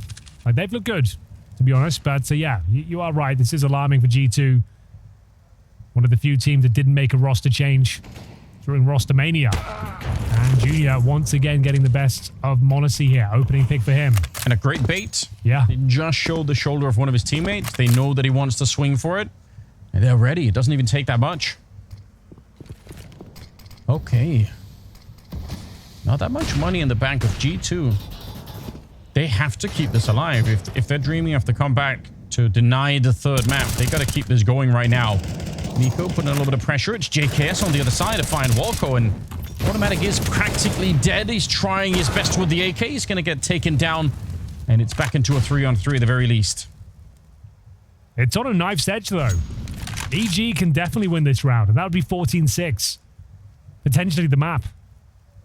As Junior has looked red hot in these last few rounds, smoking off towards main. Taking some vision away. Segregating his CT defense. It's Hunter. He will have to play alone now towards that garage position. The bomb's actually in towards ramp. So maybe a lower finish here with Junior going down secret steps.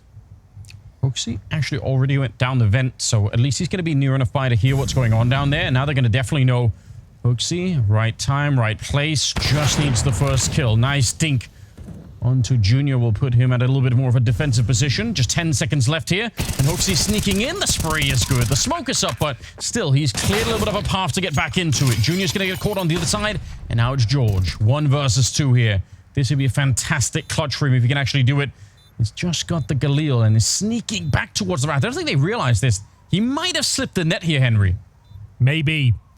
He has no utility, but he's got a headshot available to him. Hooksy will be dropped first, and a 1v1 ensues. JKS up against him now. No kit available. Has to go for the clean kill here. Touches the bomb. You can see this is very difficult. Agonizing for JKS. Does he have it? I don't think he does. I don't think he does, Anders. George, yeah, he was frustrated. You can see, yeah, he had to work really hard for that. They haven't had many individual highlights of this event. They haven't won many rounds, so sure, not the prettiest finish, not the heroic way you'd like to close things out and get the headshot, but you win the round.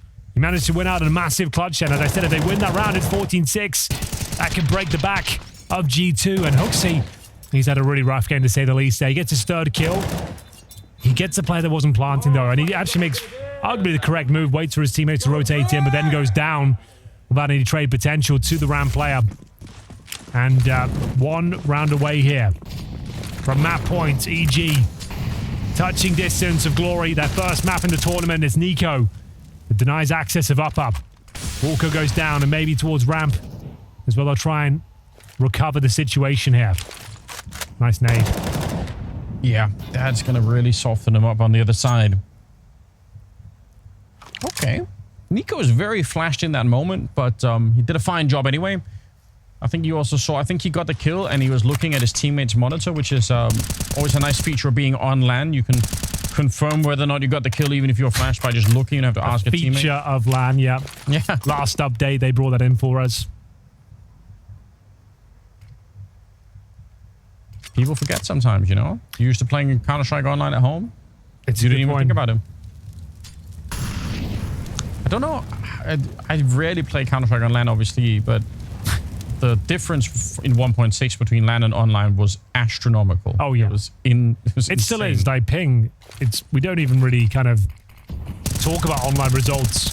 True. With much high regard, right? Like it's kind of just something that has to happen sometimes. But regardless, we are on LAN.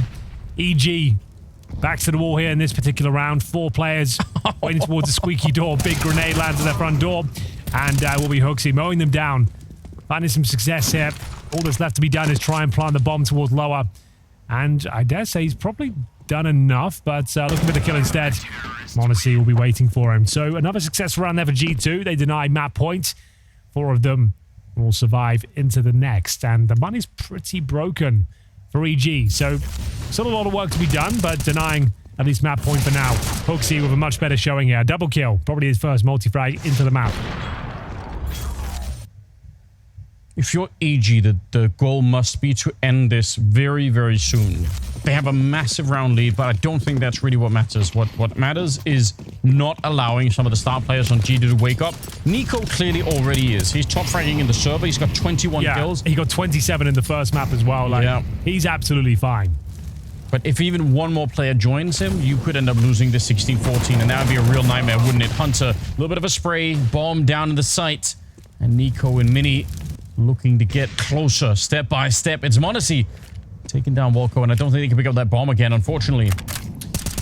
Yeah, I think he might be onto something there. Just waiting for a potential mistake here. Junior will try and thread the needle.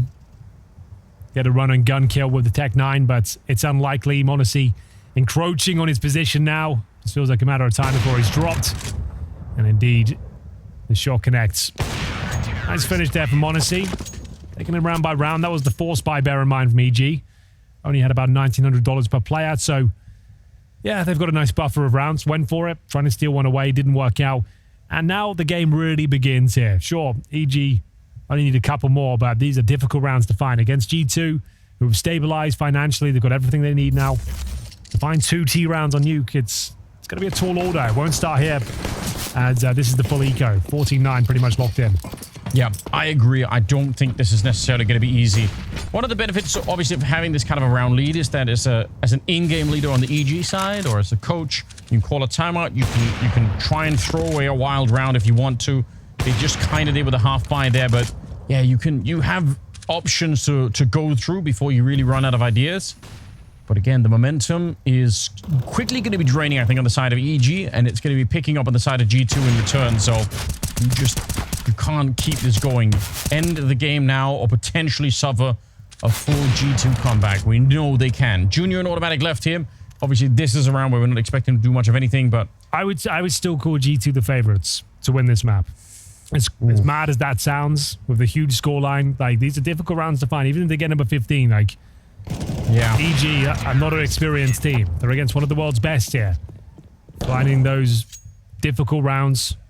Yeah, I can't even really argue against it. Yeah, like, I would still say it's not even that controversial of a take. Just to say G2 will probably work this one out. But you never know.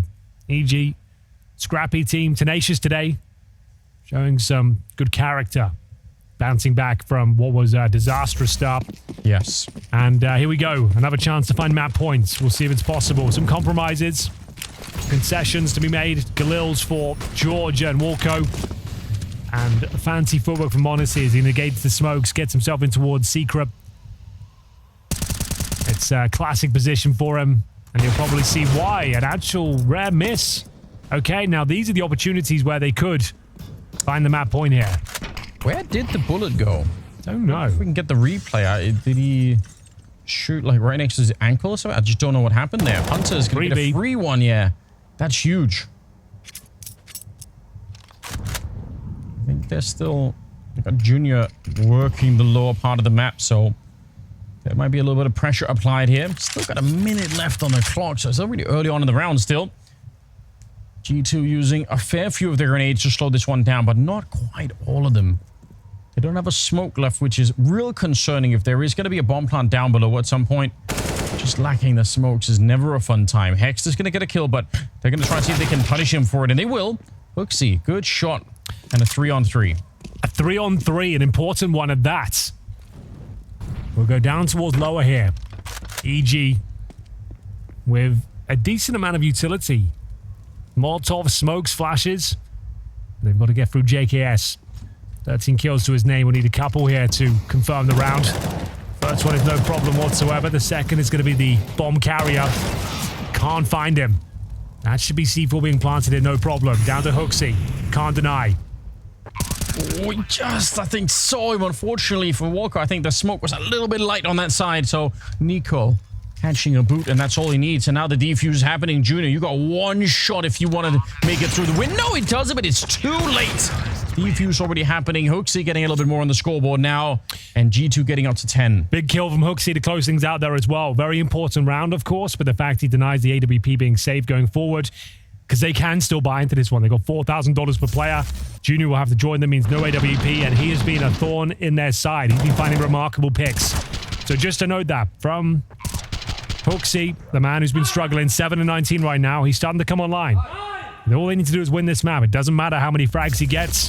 Half buy for the North Americans. Looking to pick up the pace as they push through the squeaky door. They've actually broken through. There's no communication going on. Hooksy's lucky to get away with that one, Anders. Yeah, he is. That could have gone horribly wrong, but he's going to get more. Feel the smoke. Even handing enough grenades at the moment. Yeah, chill, Nico. Yeah, it's not worth it, is it? No need to run after them. Bombs picked up once again on Walco, but I don't know if they can even find the site at the moment. A little execute. Hunter with a good return. Yeah, and I agree. Just slow it down if you're on you're still not really at the comeback stage for G2, so don't get too carried away. Just follow this one through. It's got to be the plan. I like this position. Yeah, same. It's an old school one. It's the kind of position you just don't check anymore because it doesn't feel like a strong one, but every now and then, just like that, it's perfect, and it might be enough to find the map point. All of a sudden, the round falls apart. Automatic smoking off towards squeaky door. They might have the advantage here. They've got a couple of rifles, Anders. Some good grenades on JKS, but yeah, this is a bit disastrous. It was a 2-on-4 Henry, and now we're back into a 2-on-2. Monacy has to retake with the AWP, which he might not necessarily be against, but One missed opportunity here, and it's going to go horribly wrong. Now, Automatic is low on health. So is Walco, to be honest. So it's not going to be easy. Molotov down on the one side. And G2 hunting for it. Grenade down. Walco drops even lower. Flash to set it up. They've got all the grenades, but not the kills they need. Automatic comes swinging for them. A triple, and EG at 15. I can't believe it. A 4-on-2, and they steal the round away. EG now have 5 opportunities. And it all started here. We said it's a position often overlooked in the mid stages. And for good reason. Why would anyone ever be there? And it leads to an upper plant. A 2-on-2, and Automatic closes it out. That is massive, and they know it. Third map looking likely, as it will be G2 to take a tactical timeout now. 5 rounds to put this one to bed on the T side of Nuke on their opponent's pick. I think you correctly identified it. Even as Nico fell back, there was some element of stress in the team. It's like there were a lot of movement around, no overall grand call to slow down that 2 versus 4, and they just kept dropping players and losing positions. Yeah, it was a little bit of a chaotic situation. Very active on the CT side. Everyone is looking to close it out potentially. Could have stuck together in the buddy system, but it's all thrown away now. It will have to be the perfect game to take us to overtime. 5 in a row for G2. They've got cash at least, and it all starts here. Round number 26, and EG, I don't think anyone expected them to pick up a map today. But bear in mind, they had a 15-10 lead against NIP as well, Anders, and they squandered the opportunity. They went to overtime, and they didn't win the map. You are right. What a nightmare that would be if it unfolded in the same exact fashion. Could happen. No, like I said, I finally that round 16. Like they won the previous one, sure, but that's a 4-on-2 with some wacky moments. With yeah, sometimes that's all it takes. Maybe a wacky moment, another one for EG, and they can actually see this one through. Automatic and George both dropping quite low at the start of this round. Still a 5-on-5. Junior thinking about coming back out for it. That's risky. They have the bomb down here towards Secret, so looks like G2 are kind of starting to think about rotating down. There's still a minute on the clock now. We'll see if EG can come up with a plan to infiltrate one or the other bomb site. I don't think they've made up their minds yet. I don't think they know for sure. Even though if 3 of them are down, they could still go back up the vent even if they wanted to. You can see they're tiptoeing around here. Oh. What a position given what they're doing. Here we go. On a knife's edge, lots of damage received, but some positional control. But speaking of which, Nico will strike from CT spawn. Finds Automatic, and with 20 seconds remaining, this looks like a desperate attempt down towards lower. JKS not expecting it, though. First kill found, and this one could fall apart once again. Can they close it out here?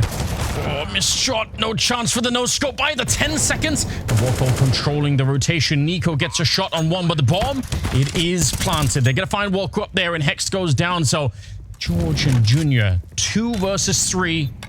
But with a bomb plant, double orb as well. Nico burns almost all the way down. How did he drop so low? Against the orbit might not even make a difference, but still, how do you find this? They're both set up on the same side. Will you check for both, or will you kill one and forget the other? That's the big question right now for G2. They might realize Nico with a shot, and they see the feet. They know Junior's there, and I think they can lock him out. I don't think you can stop this any longer. They're already on the defuse. Great retake. Nico with the quad kill. He'll keep the dream alive for them a little while longer. All the nightmare, Anders, considering how uncomfortable they've looked in the last few rounds, and G2 just about making that one work. It took some great positioning there from Nico, but he gets the job done. The lion's share of the frags fall in his favor. Junior and the 1 versus 3 had a slight chance of winning it, but no, completely denied. And we get it to round number 27 here. 4 in a row now required for G2 for overtime. Can't let this happen again, EG. It can't go to overtime, and that's where you lose it. We'll see as they take a lot of damage en route. I would have loved to have seen what would have happened if EG had tried to hide the fact that there were 2 there instead of both peeking the double doors, but I guess we'll never know. Want to see. He's been playing pretty well. He's also missed a couple of shots that he shouldn't have, but not going to be that one. Nico also finding his 29th kill. Henry outside, and it's a 5 versus 3. He is once again determined to drag this team kicking and screaming to the finishing line, which is not the first time we've seen that out of Nico. No, you can't be mad with his contributions today. 27 kills in the first map, which is a complete blowout in their favor. And now keeping the same world-class form to keep the dream alive. The 2-0 dream with 29 kills.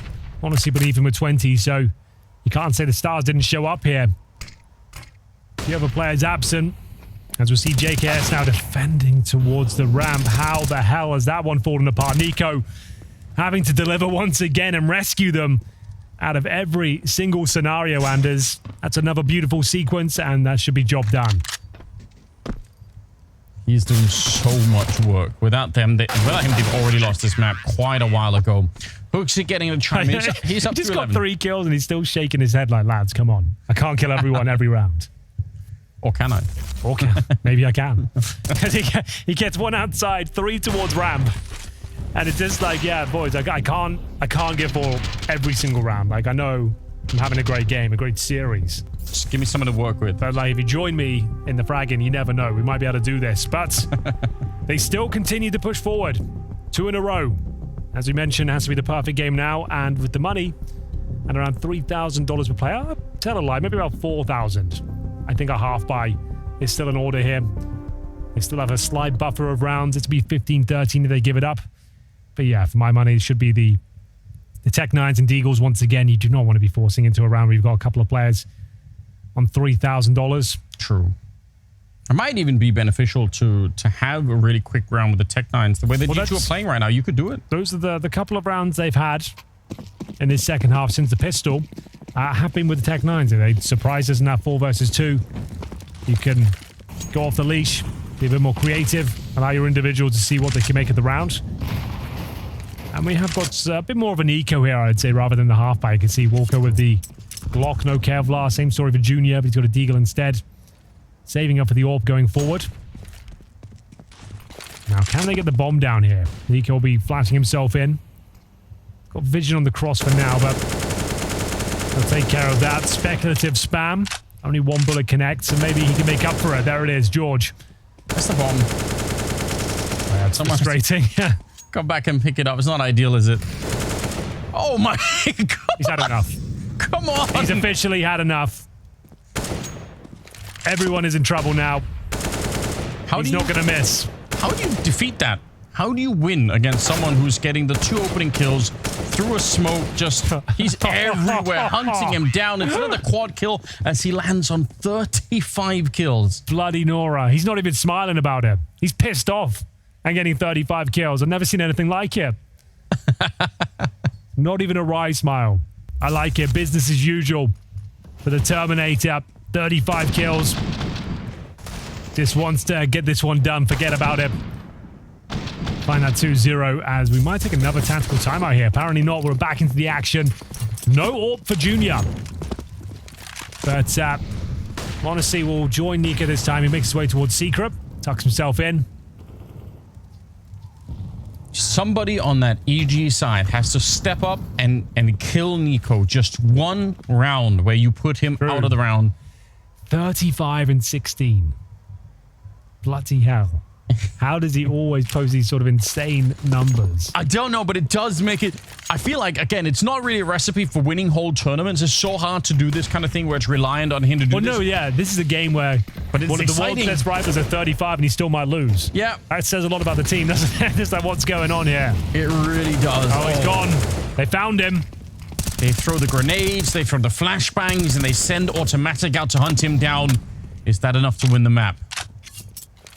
Well, after Complexity were knocked out of the tournament yesterday, we thought the hopes and dreams in North America were done, Anders. But who would have thought a plucky team named Evil Geniuses would be the first to take a map of the European representation here? Yeah. EG 15-13, 5-on-4. And they found the all-important kill of the danger man himself, NiKo, removed from the equation with 35 kills to his name. They're bringing the bomb down lower. 30 seconds. I don't think they're going to change their minds here. Automatic going to be found. That actually might throw them off a little bit. No, they're going to realize 20 seconds as they start to get back down. 3 already down below. HooXi's up on top, but he's going to join them momentarily. But it will be a bomb plant, Henry, and it will be a 4-on-4 in the after plan. Maybe a quick kill here. If there is a chance with the... Oh, the smoke is up, so honestly, he can't even see anything at all. This is a difficult retake. He might even favor EG here. Could be the final round. 4-on-4. Hooks to lead the charge. Closes the door. There is a hole in it. George trying to capitalize, and I think they've done enough here, Anders. They might be taking us to a third map. Hext on top of the bomb site. Raining down bullets from above. 2 versus 1. Hunter with no HP. No time. And EG have done it. They take the second map, 16-13. Stealing it. And we've got a defuse kit for Walker and the smoke as well, which has been a massive part of this tournament, and is the smoke defuse kit combo. As we boost a player up, will be the aforementioned Hext. Julie's in hand.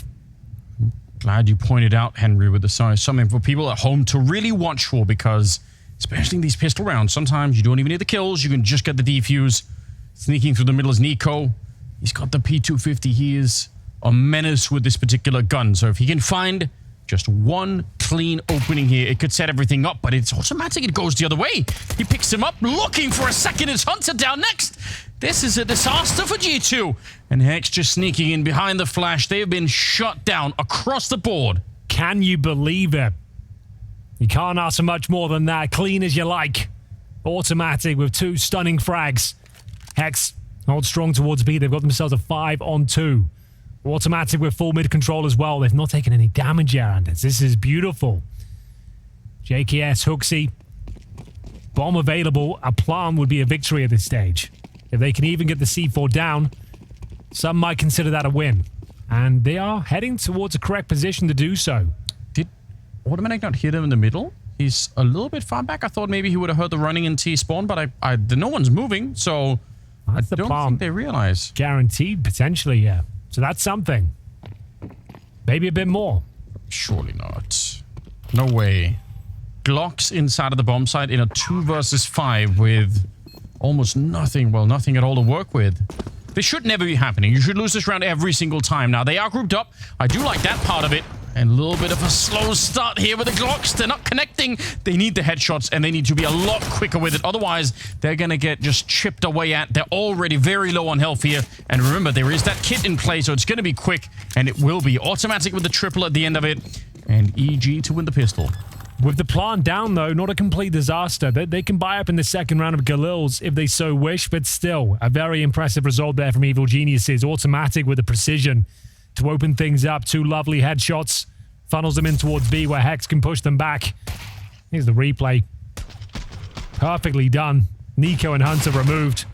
Flashbang on the dual elites as well. And, yeah, they got the plant down.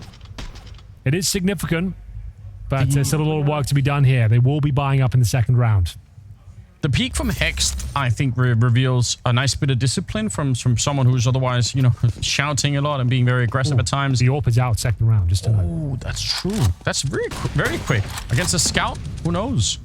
But, you know, he gets flashed in, Hex, for that first kill, and he doesn't repeat. He doesn't stick around for more, you know, he had the dualies.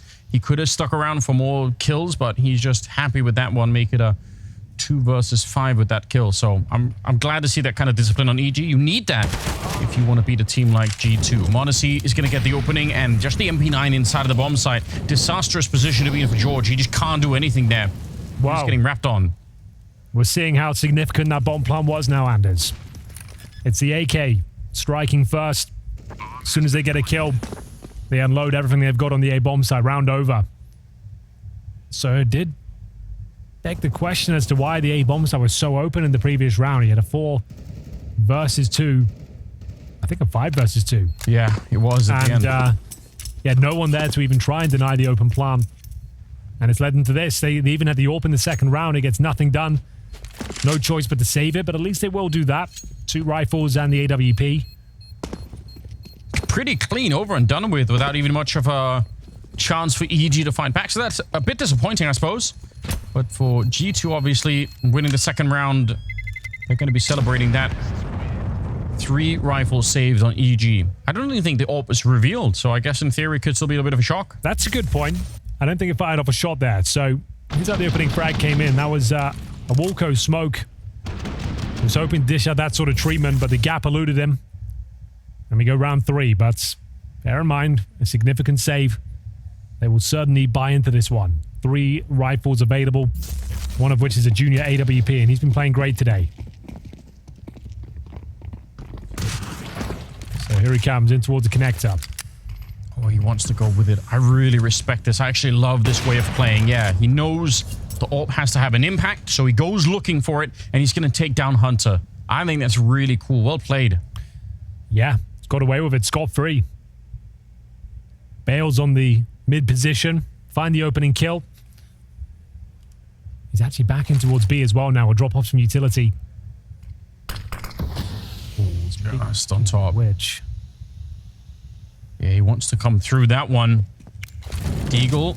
And a 5-7 as the pistol's in play. 5-7 a bit up closer. Gonna find the kill on JKS. They're letting go this round. George with the headshot on Modesty. And got to use the term disaster for EG, but it feels like it's come back against G2 now instead. Nico and Hooksy left 2 versus 4 with 50 seconds left. I don't even know how you bring this round back. It all started with a junior pick. A real master stroke with that AWP. A slight chance they can make this one work, but the boost confirms the positioning of Hooksy. He'll be dropped. And just poor old Nico. P250 in hand. Yeah, scout in his back pocket, I think. We threw that away to go and pick this one up. Well, that's fair, I suppose. 20 seconds. He has got the bomb, but there's no way, right? The element of surprise with this little time left, even that's not going to make a difference. So you'll be happy to save the grenades and the Galil. Well, that just goes to reinforce your points if they had no information that the AWP was available for Junior, because he didn't fire off a shot in that second round. So, yeah, they didn't have the protocols in place to deal with his push towards top of middle. Opening frag found. One dig start connecting. They barely take any damage en route, as they'll take the lead once again, 2-1. Nico will save a Galil. A sigh of frustration there for sure. That's how it all started. Hunter had no idea this could be a possibility. This was great though. Walco with the 5-7. Set of his teammate George. Rock solid on the A bomb side. Lovely little boost as well to confirm the round. Yeah. They're not happy about it. They are not happy. We are going to get round 4 underway. And there is a buy available for G2. So, Galil for Nico, compromise utility to say the very least. They do just look... I mean, even on the other maps, it just feels like there's not that much energy on this G2 team. As soon as anything goes away... I mean, we were joking about it even at the end of Inferno, which they were just outright winning. You still have this weird sense when you're watching them that they get frustrated very, very quickly. That they're not really enjoying the game. There's not a lot of celebration even when they're winning. It's just... it's hard to watch at the moment. 4th round here. And we'll see. EG definitely with the better buy overall. Looking at the grenades especially. But there is a chance for G2. There is always a chance, Anders. And 5-on-5 for now. They've got 1 flash remaining, though. That is it. That's the entirety of their utility. And they're going back towards A to a contact play. To say the very least, they've got a 4-1 setup. Monacy waiting to breach the connector. Walker up front. 3 CTs lying in wait here. It's going to be a brawl of a round. Yes, it will be. Up close, the nade landed way behind him. 2 kills, plenty enough, I think, for Walco to make sure they can just cement this defense. Oh, wait a minute. 24 seconds. They die very rapidly in the middle. Automatic and Hex, none of them could really find any kind of safe harbor. So maybe I spoke too soon. Nico gets grenaded down, but he's got a little bit of an avenue on top of the smoke. Got to be careful he doesn't get spammed down on the other side. Junior with the AWP. He's ready and waiting. He's got the right idea. But Nico, he's so quick. They lose Monacy and George. No kit. 10 seconds against Nico. I don't think it's going to happen here. He could have died then, and that might have been the only chance that George is going to be having. He picks up the AWP to find another one and eventually make it a quad kill. Nico doing it once again, Anders. 4 more kills. It looked like the round was done. It was, what, a 4-on-2 situation? Yeah. Right up until this moment. Nico striking with a double kill. That was a beautiful shot towards jungle as well. Picks up the AWP, knows it's a decent plan for him. And George, nothing he can say about it. They answer back with a force buy of their own and tie things up 2-2. Money in a compromised position, as you might expect. It's going to be the eco for EG. Nico is having to carry this series on his shoulders. 4 kills in the previous round. That was his entry into the map as well. Those were his first 4 frags, and manages to get the job done. and it has sent EG spiraling. Just a couple of HEs, a Desert Eagle, and nothing else purchased. So you would assume they need top and middle, but that's about it. Saw a video the other day on the internet, Henry, with a tow truck that was towing a car, but the car had actually fallen off the truck, so it's just getting dragged on the street on like upside down, just getting dragged along the pavement. It's a little bit what it feels like. The kind of, you know, what NiKo is like. He's just he'll get them there no matter what, you know. Try it's the best as you can. Admirable attempt so far.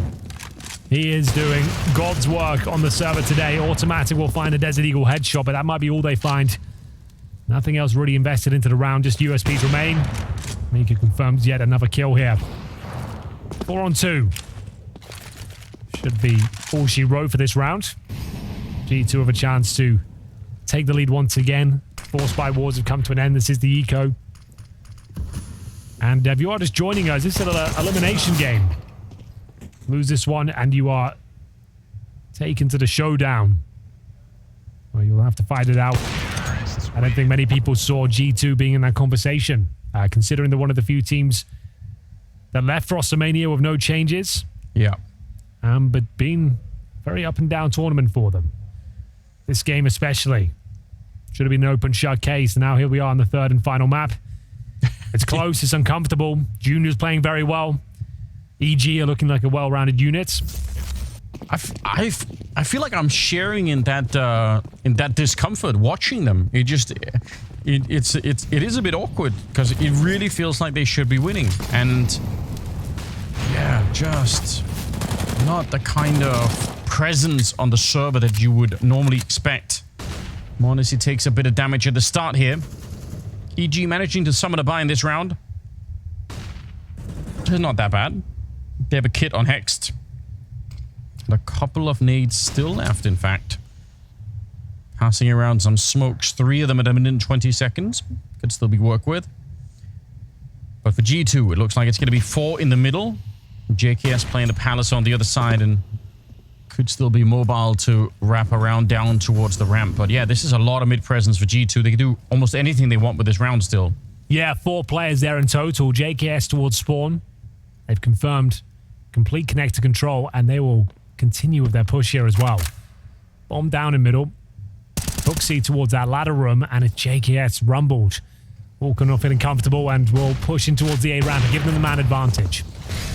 There was a moment where Junior was flashed. I don't know if they could have seen him from down there, but either way, going to be 5 versus 3. What a shot on m0NESY. How does that even happen? That's ridiculous. What a wallbang.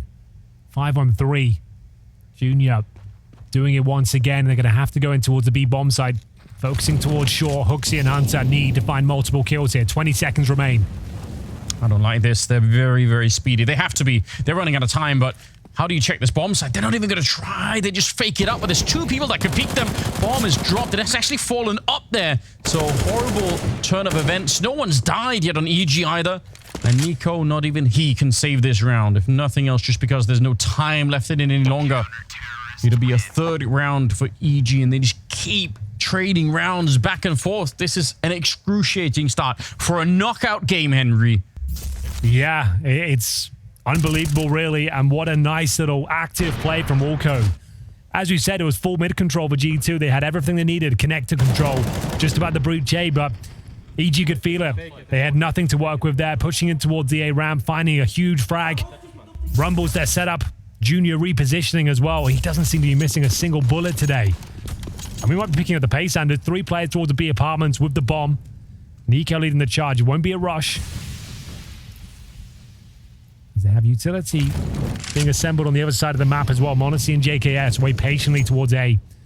Bomb starting to scuttle through the underpass, and Hex has got a player right next to him. NiKo gets nothing done. Yeah. Bit of a risk taken from NiKo. He really was hoping, I think, maybe he'd use the one-way near the edge of the window there.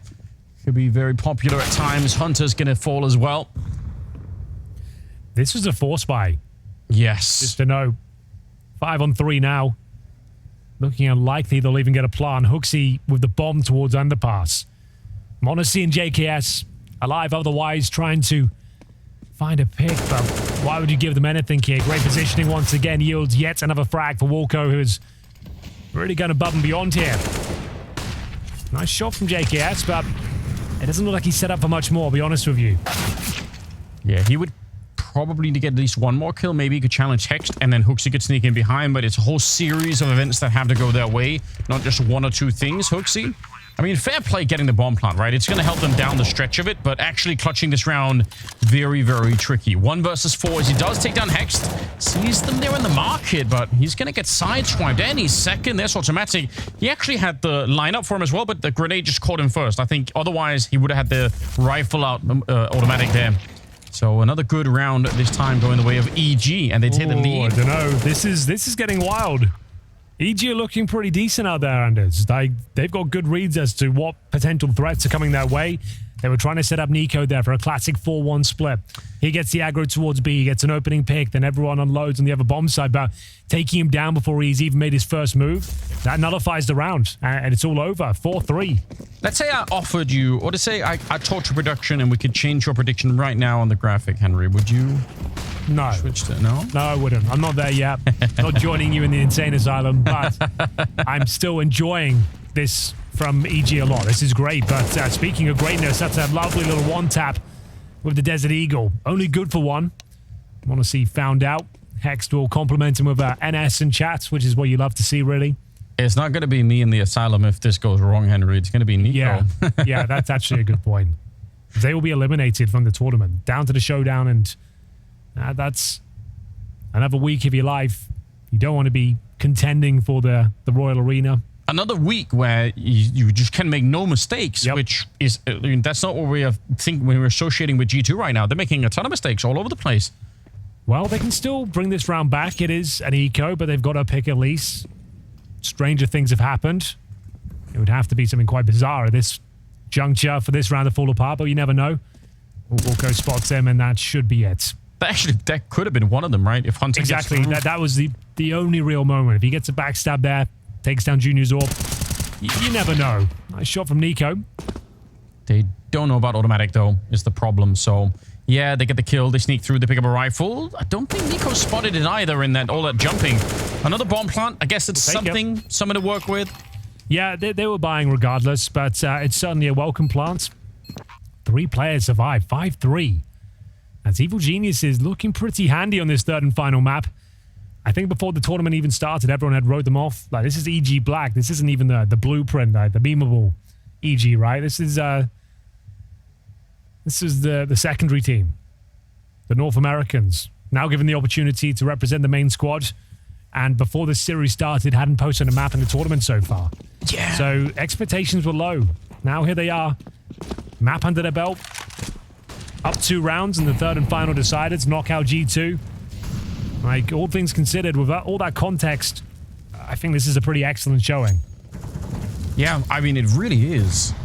They were crushed on Inferno, especially the start. A 10-0 lead for G2 on the first map, and it just looked like it was all... I think you and I probably hit him. We were talking like it was all over. It's hard to come up with nothing anything to talk say. about. When it gets to that 10-0 stage, where it's like they had 10 frags in total at 10-0. Yeah. And what can you talk about? There's not many notes. There's nothing left. But yeah, here we are. They've got back. the lead, but still a 4-4 as G2 will pull one back. It's a nice shot from JKS. Honestly, with the orb watching towards connector. That's where the bomb will be positioned as well, with Hooksy can find some control. Good flashbangs. They were very slow on that peak there, George. That could have got him killed, but he was in time. Hext setting up the flash in the middle, and Monacy could never get his eyes quite back. 50 seconds. Got to be careful, Hooksy, because if you die in the middle, he's already low on health. If he dies in the middle, it's the bomb that gets dropped in there, so you really want to make sure that doesn't happen. Sneaking through, but Junior's going to be able to catch Hunter, and that puts them in a lot of trouble here. 2 versus 3. Everyone has a kit. And EG, they're in position. They're near the bomb site. They didn't have to stop the bomb plant. That's not even necessary. Just wait it out. Make sure you go for the retake. Or just catch Hooksy at the corner. And now I think JKS, his luck has run out. 20 seconds. Yeah, he needs something like that. A quick spray. It's not going to happen. Hext will take him down instead. And EG, they get to 6 rounds. G2 are in so much trouble. I can't believe it. Tactical timeout. One that might be required as well. This is a disaster, a full meltdown in the G2 camp. It was just a formality after the first match. 10-0 up. We felt like, well, it's not going to be the greatest game, but at least we have Liquid playing next. But no. EG came online. Second map. A different looking squad. Their opponent's pick of D-Nuke. And they've taken the win courtesy of a spectacular junior performance. Yeah. Great mid-round calls. And now an admirable performance. And keeping G2 very honest here on Mirage. They are looking uncomfortable. As we go 6-3 down. A half buy up next. As we enter round number 10, G2. Deagles and Tech9s to work with here. It's looking likely to be 7-3 in favor of the North Americans. Tons of small little details too. You know, Hex setting up the kill on Modesty in the middle with the flashbang over. Yeah, true. It doesn't have to be complicated. Sometimes you can just do that. You know, Like count to 3 pacing. and go. Here we go. A chant pouncing out of the apartments. Just need a quick one Deeg. Easier said than done. I mean, HooXi going to be set up by Nico. He's going to throw some flashes over. Going to try and suggest it's a B play. just HooXi can just get one. That would be something, but not going to happen. Now they're very aware this could be a Palace pop. And you can see Crosshairs directly on that position. They know exactly what's going on here. Automatic trying to present some trigger discipline. Actually costing the frag here. I don't think it'll cost them the round, but a plant potentially. That goes down. So not a completely wasted round, but this was the half buy where they might not find any kills. At least one. Nico on the other side of the map. So a little bit of a B fake there. It gets them the plant. So with the loss bonus a maximum anyway, it doesn't really matter, but welcomed nonetheless. Yeah, I think Nico ultimately, you know, not that I don't think he wasn't not participating in the round. He's just hoping that the A attack is more effective, and then he go for a flank. And honestly, if you're trying to win the round, that's how you have to do something like that. Down towards connector, maybe he's got a deagle at shore. Maybe he can do something with it, you know, but not meant to be. A little bit too telegraphed there. Once HooXi go down with nothing, no one following him. You've committed what, 2 smokes, multiple flashes, and just one player comes out. Something fishy there. 7-3. I can't believe this. After winning the pistol, second round goes in favor of G2. EG come out on top of the Force by Wars, and a very impressive looking Hexed. He's got some confidence here, Anders. A stack towards the B apartments. And George setting up for it. Oh, they swing wide, and actually Hex firing the gun as well. The flash is so good against him. JKS on the double. I think if they were going to make that swing, they both have to commit. They both had to go all in. One of them is swinging wide. The other one could go for a shallow peek, but that little stutter step when you're sort of half fighting, half not fighting is not going to be working out. HooXi also getting some revenge in this round. Double kill for him and Walcoast. Not much you do. Nice stuff there. Good job, HooXi. Precise kills. Now raise morale. A decent round there. I actually liked the overall look from EG there. Like the fact they were being super active towards the apartments. It could have gone either way, right? If they get the opening frag and they get a big spray down there, we'd be having a very different conversation. JKSO more than ready for it. Gives a little love tap to his captain as well. But HooXi, really, really nice job here. Beautiful kills. Need more of that from him. But that round's locked in. The frags came to them. B execution wasn't really required in the end, and Walco holds towards Palace. All 5 members of G2 will stay alive here. Just what the doctor ordered. Still can recover this half. It's not looking great, but they can still win it. So alarm bell's not going off just yet. EG will save at least 1 weapon. Round 12, Anders. Yeah, the focus really has to remain. I mean, I think it's probably worth taking a step back and just reminding everyone, because you're right, this can easily be recovered from G2. A couple of rounds going their way here. The economy is going to be wiped out, and G2 could be right back on top. So you don't want to get too carried away either. And it's just hard to shake this weird feeling when you're watching G2 that it's just all... They have to work so hard for it. Everything is difficult right now. There aren't many easy rounds where it's just Nico and Modesty showing up to wipe out a round, and then that's it. It's GG. It feels like it has to be difficult every time. Junior with a good shot. There's George. Maybe overstayed his welcome, but it's still going to be a 2-for-1 trade. He had the potential with a double kill with that. I don't hate him. Definitely would have been favorable in hindsight just to drop off with the first, but there's some damage toward JKS. At least brings him in 1 dink potential. And they're not just resting on the laurel, Tyranders. They are active, going for the boost. And one that pays off massively. Once again, finding that kill towards connector. JKS can't believe it as they enter another 4 versus 2, but up against some of the world's best here. Nico.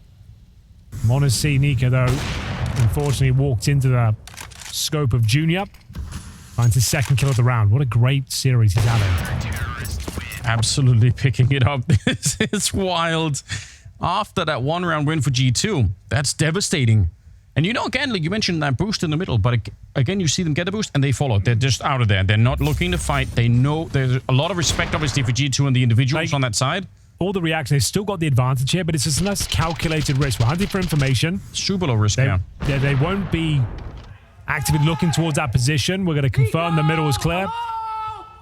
Yeah, that's when he starts getting into your skin. That's when the yelling does make sense. You just hear that. He said in the pre-game, he knew he was going to upset people on the internet, but he's going to do it anyway. Oh, yeah. Why not? I won't lie. I would be super triggered if I was playing against someone yelling like that. But from an outsider's perspective, it is hilarious to be watching. Huge round here, Anders. Fully invested. G2 with cash to bring out the AWP, the AK-47s. But they need to start posting some rounds. They can't win the half anymore. I would say like 5 or 6, this is absolutely fine, but 4 rounds, you'd be worried for the chances of closing this one out. NiKo inside the connector already. Hunter and m0NESY will join them. It's a spray battle. And HooXi doesn't even get close. Automatic sends him packing. If that kill goes the other way, the A-bomb side is wiped out. There is nothing Walco can do in that shadow position once they've given up jungle. He might still be put under some pressure because they actually did fall back, but at least they have the 4-on-5 NiKo. That's what I mean. That range, like that swing, it's so unfavorable when you're in shadow like that. And NiKo is going to find the kill. I think Automatic is dead as well for free. NiKo just cleaning it up. Big double for him here. And there's no point in trying to go for this retake. So G2 will get a 5th round. It's just, it's too much. You really, really need somebody to distract from the shadow. Like, you need either to play in CT spawn, somebody in jungle, or you need a lot more Molotovs or anything to slow them down. But when you're just sat down there, it's not a good fight. Well, Automatic does find that opening frag. He thought that might be enough, but apparently not. The individual form of NiKo is too much to contain. m0NESY will join him as well for 3 frags in total. George and Hex with no choice but to save here.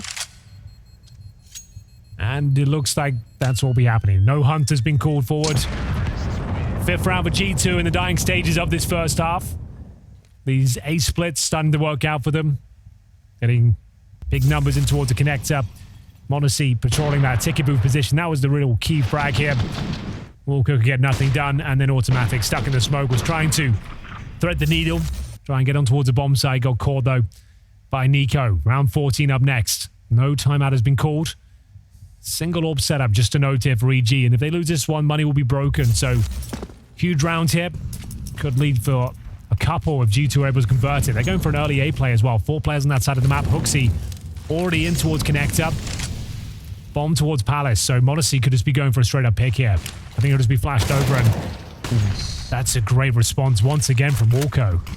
It really is. HooXi, though, he's walking up behind. He might still be able to open it up. It's JKS to get a kill on Walco. So even though they lose that initial fight at the ramp, they're still doing just fine here. JKS and m0NESY with a kill each. Bomb gets planted, and EG, they don't have the money to really throw away these rifles. If they want to play in the 15th round, they just have to respect this and let it go. Yeah, I think you're dead on. Nothing they can do about this. And, you know, just because, you know, obviously HooXi had a terrible map on Nuke, right? But now it's Hunter at 2 kills going into the 15th round, so... He's had a pretty difficult series as well, so yeah, that's a good point, but they're starting to find the rounds now. Like we said, they can still get 7 on the board. I would say that'd be absolutely fine. You wouldn't be too worried for their chances of closing things out, but EG giving them a run for their money here, that's for sure. And looking to save that weaponry as mentioned. It's important they do so because the money is pretty low on the CT side. Final round coming up next. And they will commit to a few of these kills if possible. Just one of them would be beneficial. Not going to happen, though. And the last round of this first half. Tournament life on the line for both teams. And I love the response. As we said, it was looking likely to be an A execution quickly from the Palace. But Walco, good for 1. JKS gets him on the retreat. Yeah, they've really exposed the weakness in that A-bomb side. Yes, it seems that way. And, you know, exploiting it a couple of times, that's what you should be doing. Might even do it again. Just, maybe you start differently. You lean a little bit more B. You make it look like you're not doing it, and you come back anyway. HooXi, what an opening. He might be down to 6 health, but it doesn't really matter. Automatic going down, and George in a very fortunate position. Might actually get to escape a little bit here if he's quick with it. There's nobody at top mid right now, so there is a way to get out. 4 versus 5, and they are leaning hard towards Hext and that B-bomb site. What has Hex got? A single HE grenade in M4 and no backup whatsoever. This will have to be a hell and an individual sequence. We'll see what he can make of it. Well, he's got the smoke up in front, but once it fades, I don't see him getting the multi-spray. They're surely going to be able to return. Oh, there we go. It starts a bit early. It's a team kill, and Hext on the other side. It's an absolutely awful start to this take. Bomb is making its way through, and he stands up again. Hext, you might as well call it a triple now. What happened, Henry? It was looking good. They just needed the trade on him. Instead, mutiny in the ranks of G2, and now m0NESY and Hunter are left. Just before halftime as well. This will leave a sour taste in the mouth of G2. They've slowed it down. m0NESY and Hunter. Last players remaining, and Hext has stolen it all the way. 9-6 is looking locked in with his flank from Walco. They've got the A-bomb side. m0NESY coming in with the C4 from underpass, but he gets captured en route here, I think. No! What? How is he even checking it? Walco's going to be punching the desk, and there's a click away. Hunter, he might be having a rough half, but that third kill right there was crisp and clean. Just deletes that AWP from across the map. Now, Hext and George going to have to combine for a retake here. They had this round locked in. Hext practically had the double. Now they, or the triple. Now they just need to do it one last time. Low on health is Hext, sneaking through, trying to reveal where they are. It makes sense, and George is going to know. m0NESY on one side, Hunter, and there's a classic crossfire setup here, and he's trying to see if he can find one of them, but he's already exposed, and he's going to go down. Hunter, a couple of kills at the end, and it's 7 on the board for G2. They have recovered the half, and it should be enough.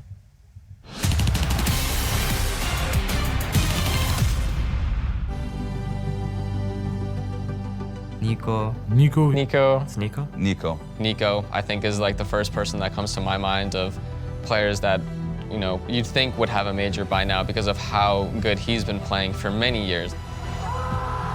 He's been one of the prodigies of this game ever since the beginning.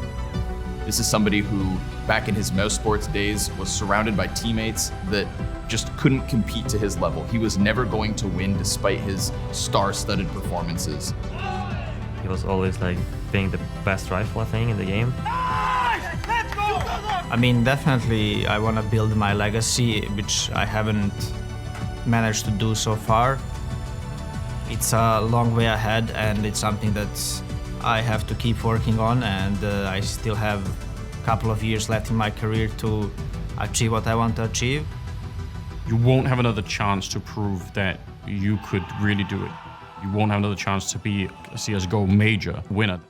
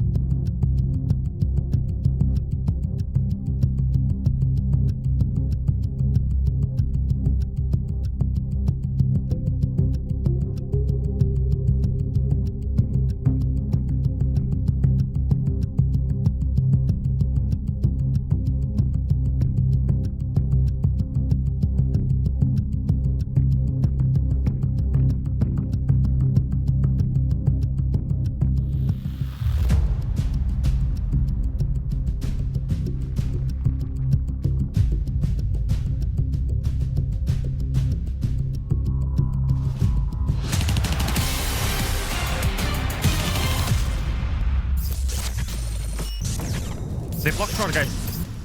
Nice, nice. Close them. Nice. Coming from behind. Stairs. I'll kill stairs. Should be off CT Stairs, most likely. Nice, Nico. Hold short and play. Jungle with up. I'm pushing jungle, Nico. I'm And CT, second one, Eli.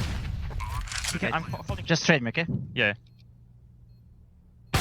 Nice, last one CT. Out. Out the city. Firebox. Nice! Good job. Let's go! Sick round. Nice! 6 save, boys. Good job, Nicola. Well, there it is. A necessary 4-on-2 conversion there for Nico and m0NESY. It's led them to 8-7 deficit in the third and final map. Tournament life on the line. EG have ruffled their feathers, to say the very least here. It all comes down to this half, Anders. What are your thoughts? In all seriousness, do you think EG have a chance here? I think it'd be silly to say that they don't, just given the way that they've been playing, but I would probably tilt towards saying that G2 did enough in the first half to be able to win this one. And I mean, none of them are really firing on all cylinders. We're not getting the Nico 20 kills per half show right now. In fact, EG seem to be doing better on the scoreboard overall.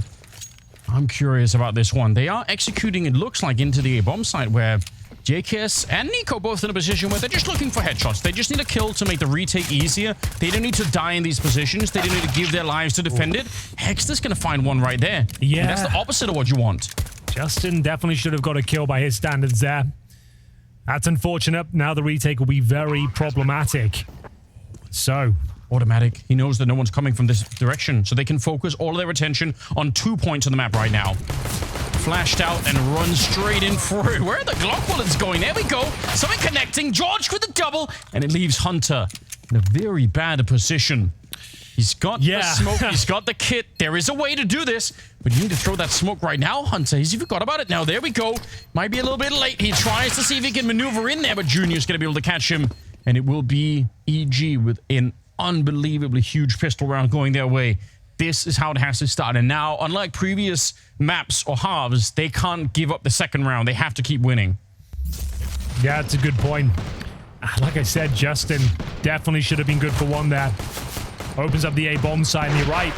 Even with some labored fights, Evil Genius is pretty light work of that pistol round there. Nico showing signs of frustration. Need to hold it together as we force by into the second round. We've got CZ's 5-7s.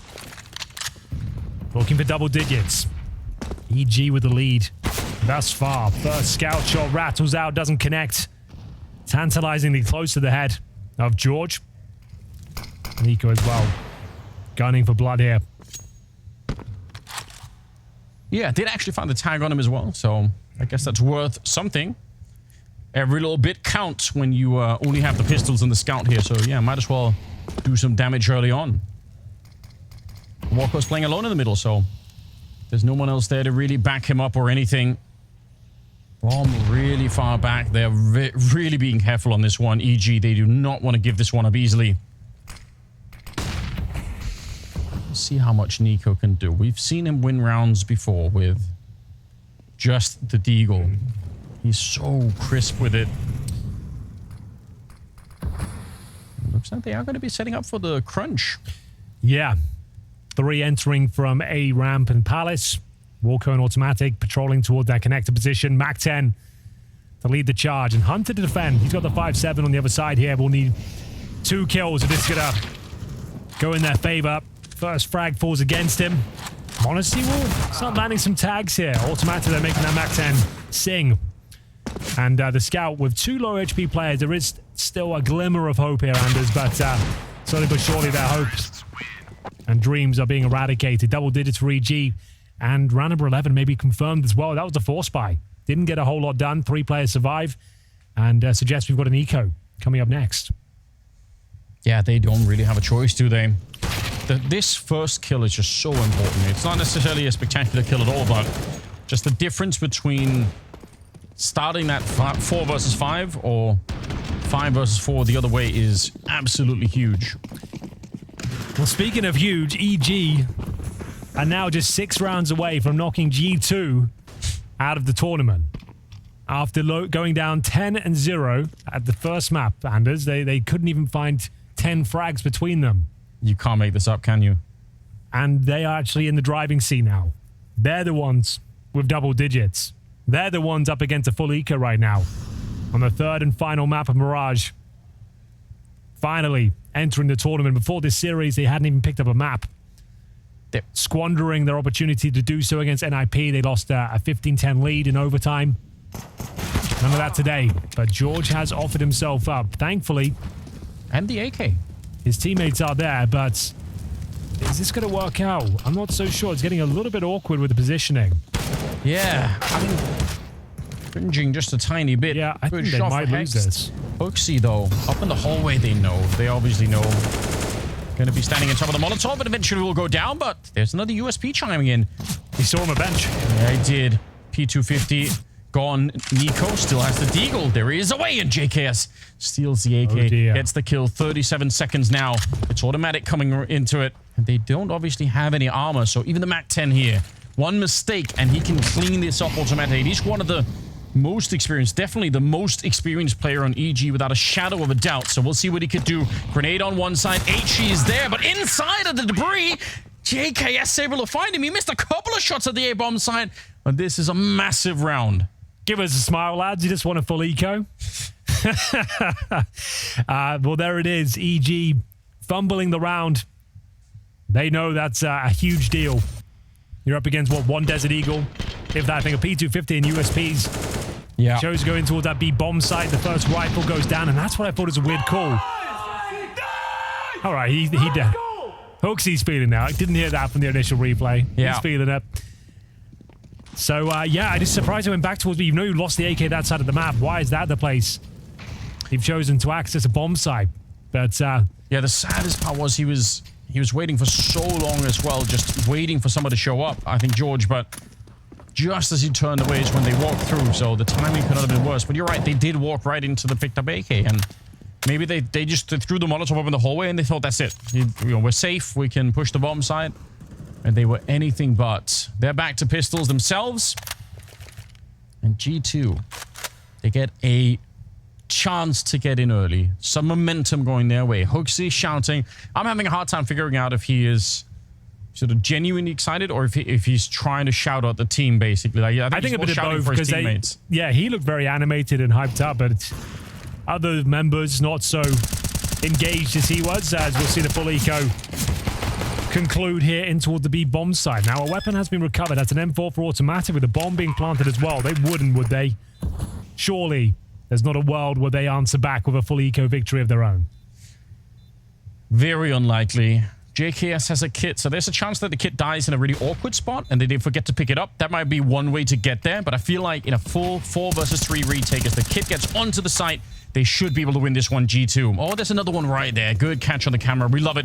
Even a double chance here. m0NESY, good position, and that's the rifle out of it. And yeah, they need to buy a lot more time for this to even get close to it here. Hext, 1 versus 3, and they're already down there defusing. Jumps down, tries if he can stop it. It could have maybe been close, but... Dude, I don't know. That was very, very close in terms of the time remaining on the bomb. Sure, they get the job done and looked fine, but one more cheeky kill in there. It could have been a different story. Either way, it is not, as G2 winning the full eco, convert a couple of rounds. 10-9, closing that gap down to just 1. And EG need to maintain their cool. They've got a Galil in the hands of George, or for Junior, who has simmered down somewhat, and maybe that's the A play from the get-go here. They've sent 4 players toward that side of the map, Walko alone towards middle, and a bit of aggression here from the CT, starting to get into their stride here on Mirage. I do kind of like this. Try and take some map control away from EG. Don't leave them just with the whole map to play around with. Hext going down, but Junior, that was the smoke just popping. Yeah. Honestly, he's going to get a bullet. That is huge. The bomb's committed towards the A side now as well. Walko is in towards B, so he might call for them to bail out on this one.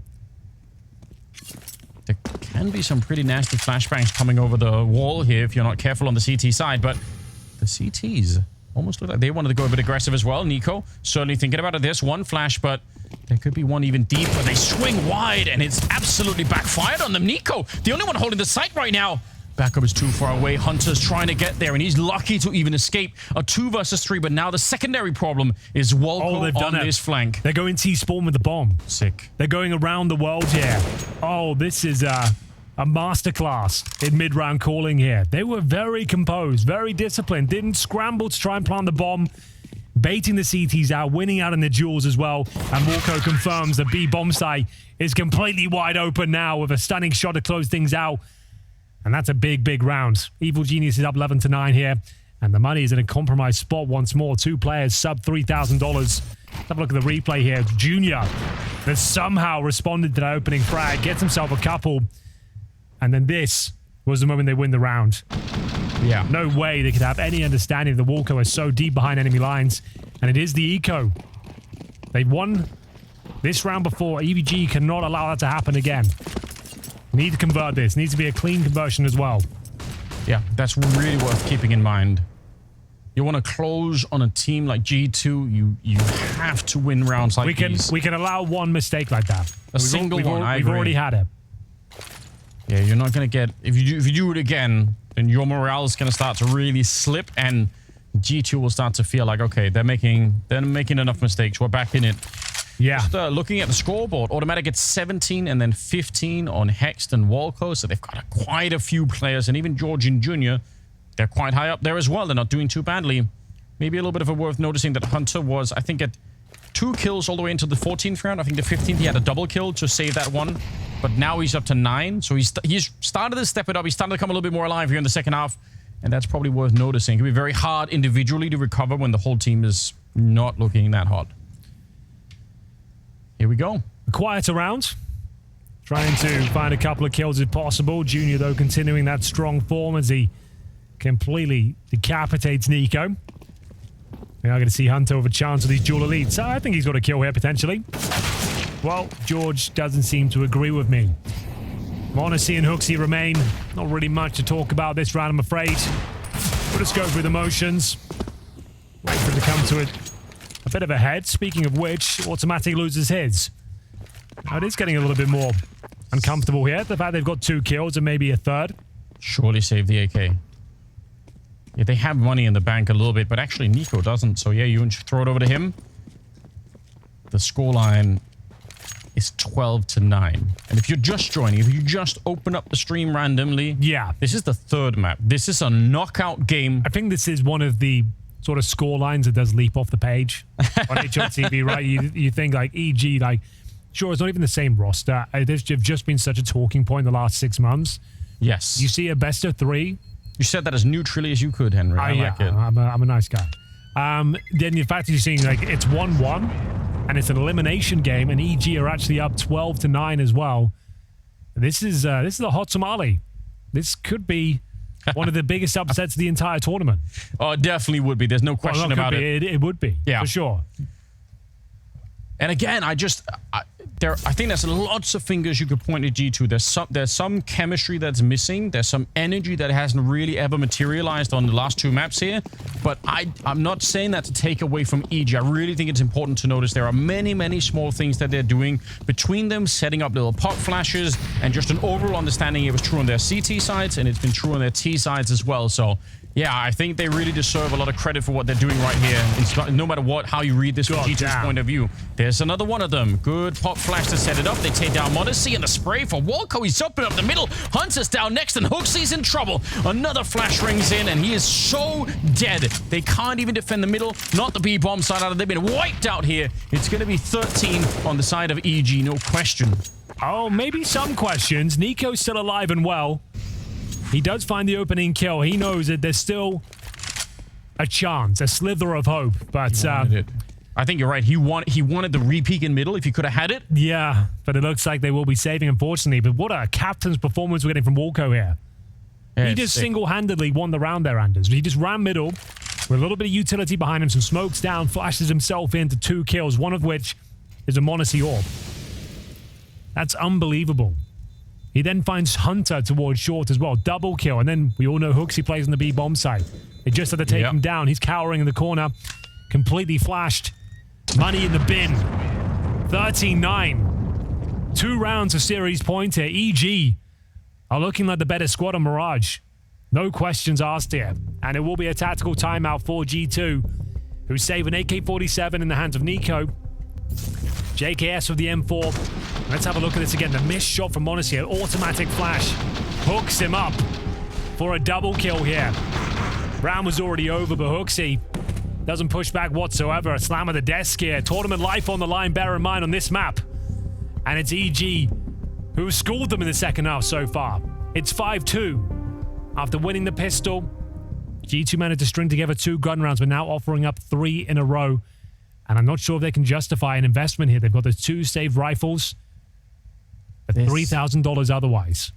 This kind of meltdown where everyone is frustrated. Everyone, like, you can see their faces look so tight. Normally, you only experience that playing Dota, and you usually encounter, you find somebody to laugh about, but this is rough. It's real rough. A 4-round difference. These are the sort of rounds, though, that G2 can win. We've seen them pick up a full eco on this CT campaign, and unfortunately, that's one of the 2 rounds they've found. Here we go. But here we go. A execution. All 5 players for EG, keeping it simple. Anders, get stuck in, get that bomb planted. Flashbangs deployed. Deep breath. Can they find round number 14? And they even weighed out some of the potential counter grenades, but there really aren't many coming. G2 don't have a lot to fight with here. They do have the M4. They do have the AK. The mechanics might be what has to carry this over the line. It might just be Nico again that has to step it up. They need the multi-kills. They need him at 20, headed towards 30. Let's see what he could bring us here. He's in the right position for it, certainly. And he swings wide, but it doesn't matter. Hexton Walco instead, and Junior finds JKS on top of the ticket booth. A long-range shot rings right through the A-bomb side and connects with m0NESY. It's just HooXi in the corner. They know what he is, and there is but one way out in depth. Walco takes him down. 14 for EG. They're 2 rounds away. 2 rounds away. They kept it simple. The 5-man execution. Trade en route. Eradicate all G2 members on path to the bomb site. It's automatic, getting exactly that done. And Nico, only good for 1 kill here. Only needing 1 round for series point. EG, once again, with all the advantages they could ask for. Looking towards the A ramp, and there's a player in front of them. That's going to be m0NESY, and he's been taken down by Junior once again, Anders. Another beautiful shot. Nico will answer back here. It's going to come right down to the wire. G2 with their backs to the wall. What a start to this round. Now, it's good that they get one in return at the very least. Walco has been a bit of a menace. Up to 19, actually tied with automatic, so mid control is still really good for G2, and that could give them some flexibility. They've given up on the A-bomb side, basically saying, let's defend the middle. If it's A, we'll try and retake it. If it's B, we're going to be super flexible. We can be there quickly. All HooXi has to do is buy a little bit of time. Just 5 seconds, and we're good to go. We've got the crossfires and everything else. I don't necessarily mind this defense, but there is a player in Palace. I think that's Hexton. They're getting a bit curious. They want to find out what's happening. Oh no, 50 seconds, Henry. So they just let them play themselves here. We'll see if they can breach the B bomb side. George cannot. It was all a bit of a ruse regardless. It is automatic, waiting those reactionary pushes. Back and forth we go. An even kill for now. They don't know. X has the information, but Hunter's got the shot. Denying series points here. It's down to Junior. 30 seconds on the clock. Bomb on his back. 100 HP available. And access towards the A side. We can bring this down to 1v1. You never know, Anders.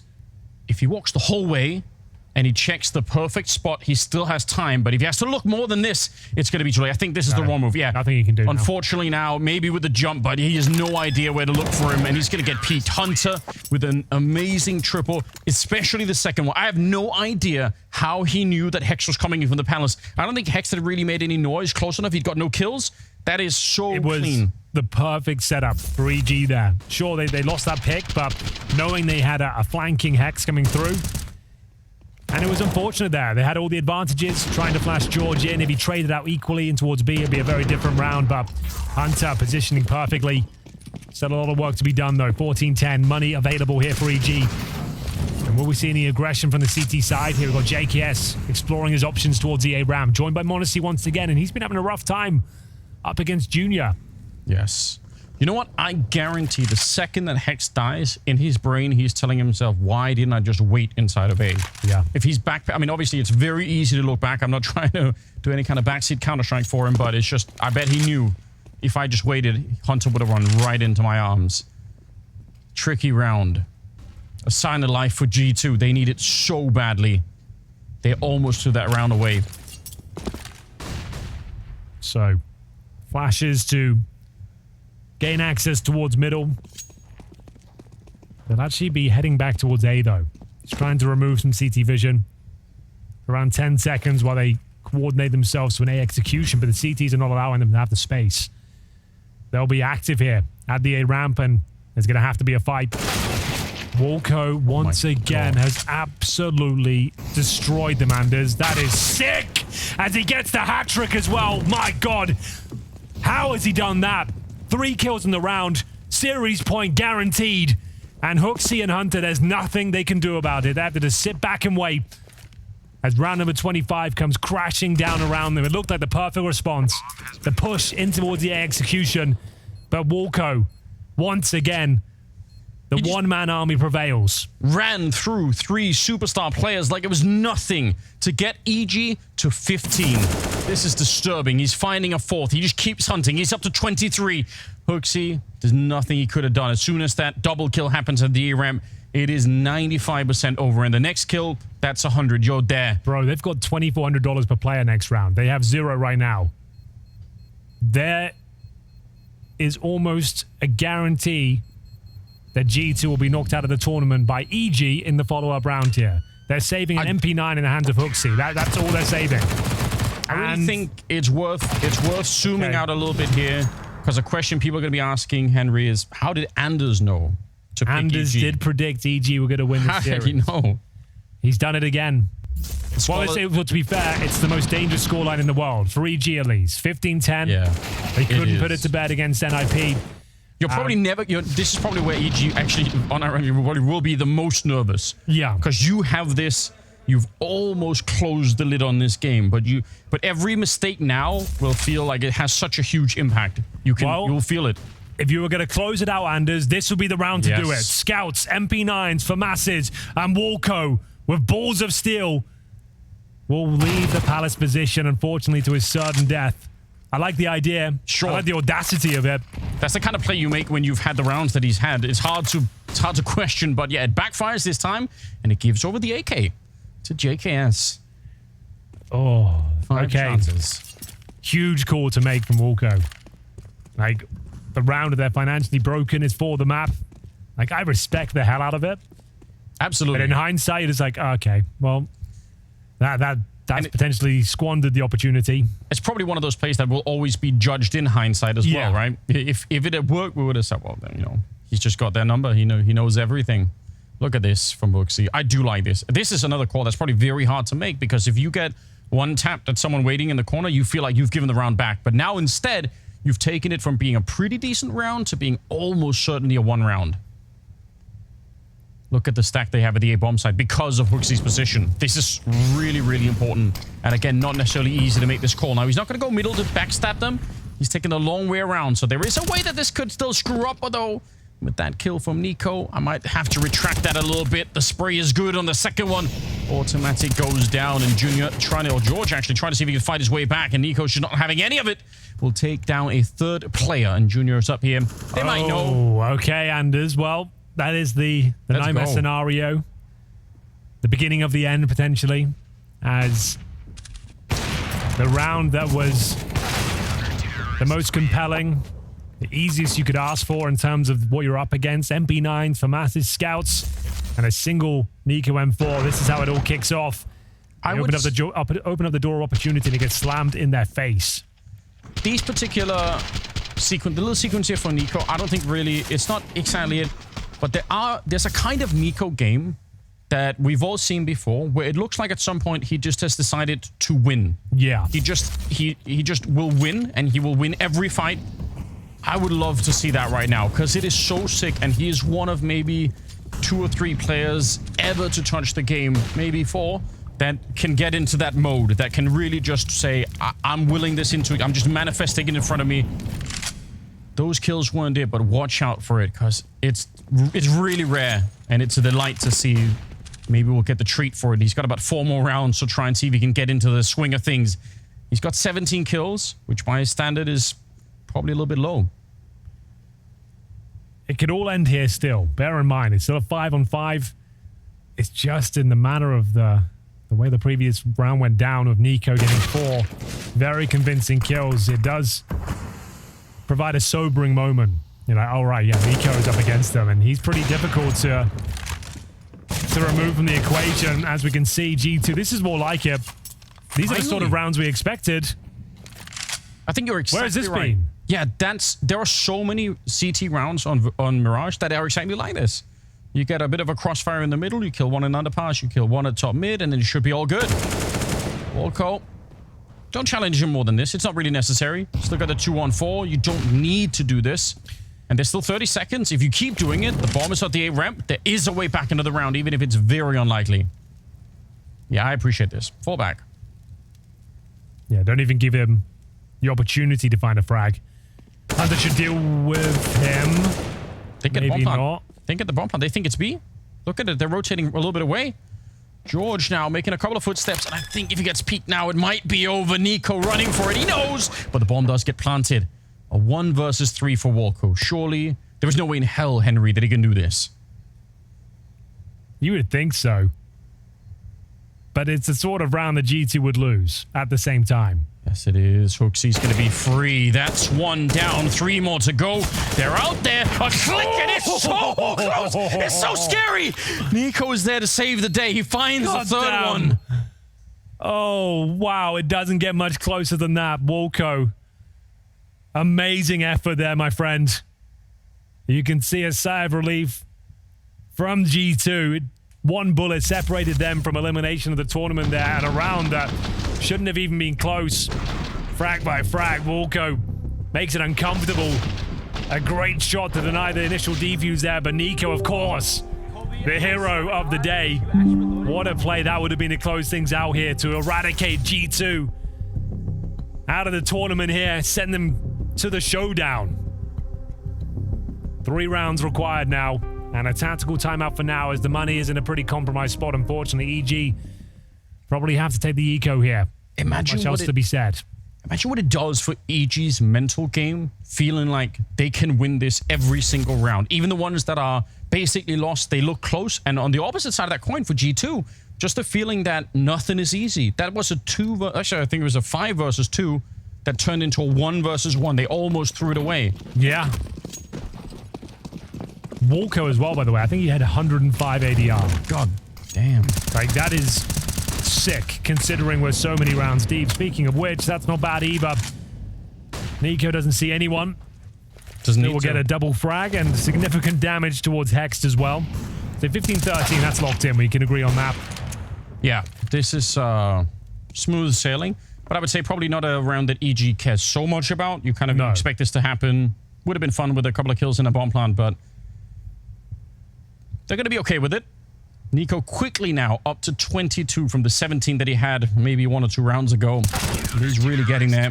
Going to find 1 more triple. But getting into that killing machine level that he can really reach. Wasn't enough on Nuke.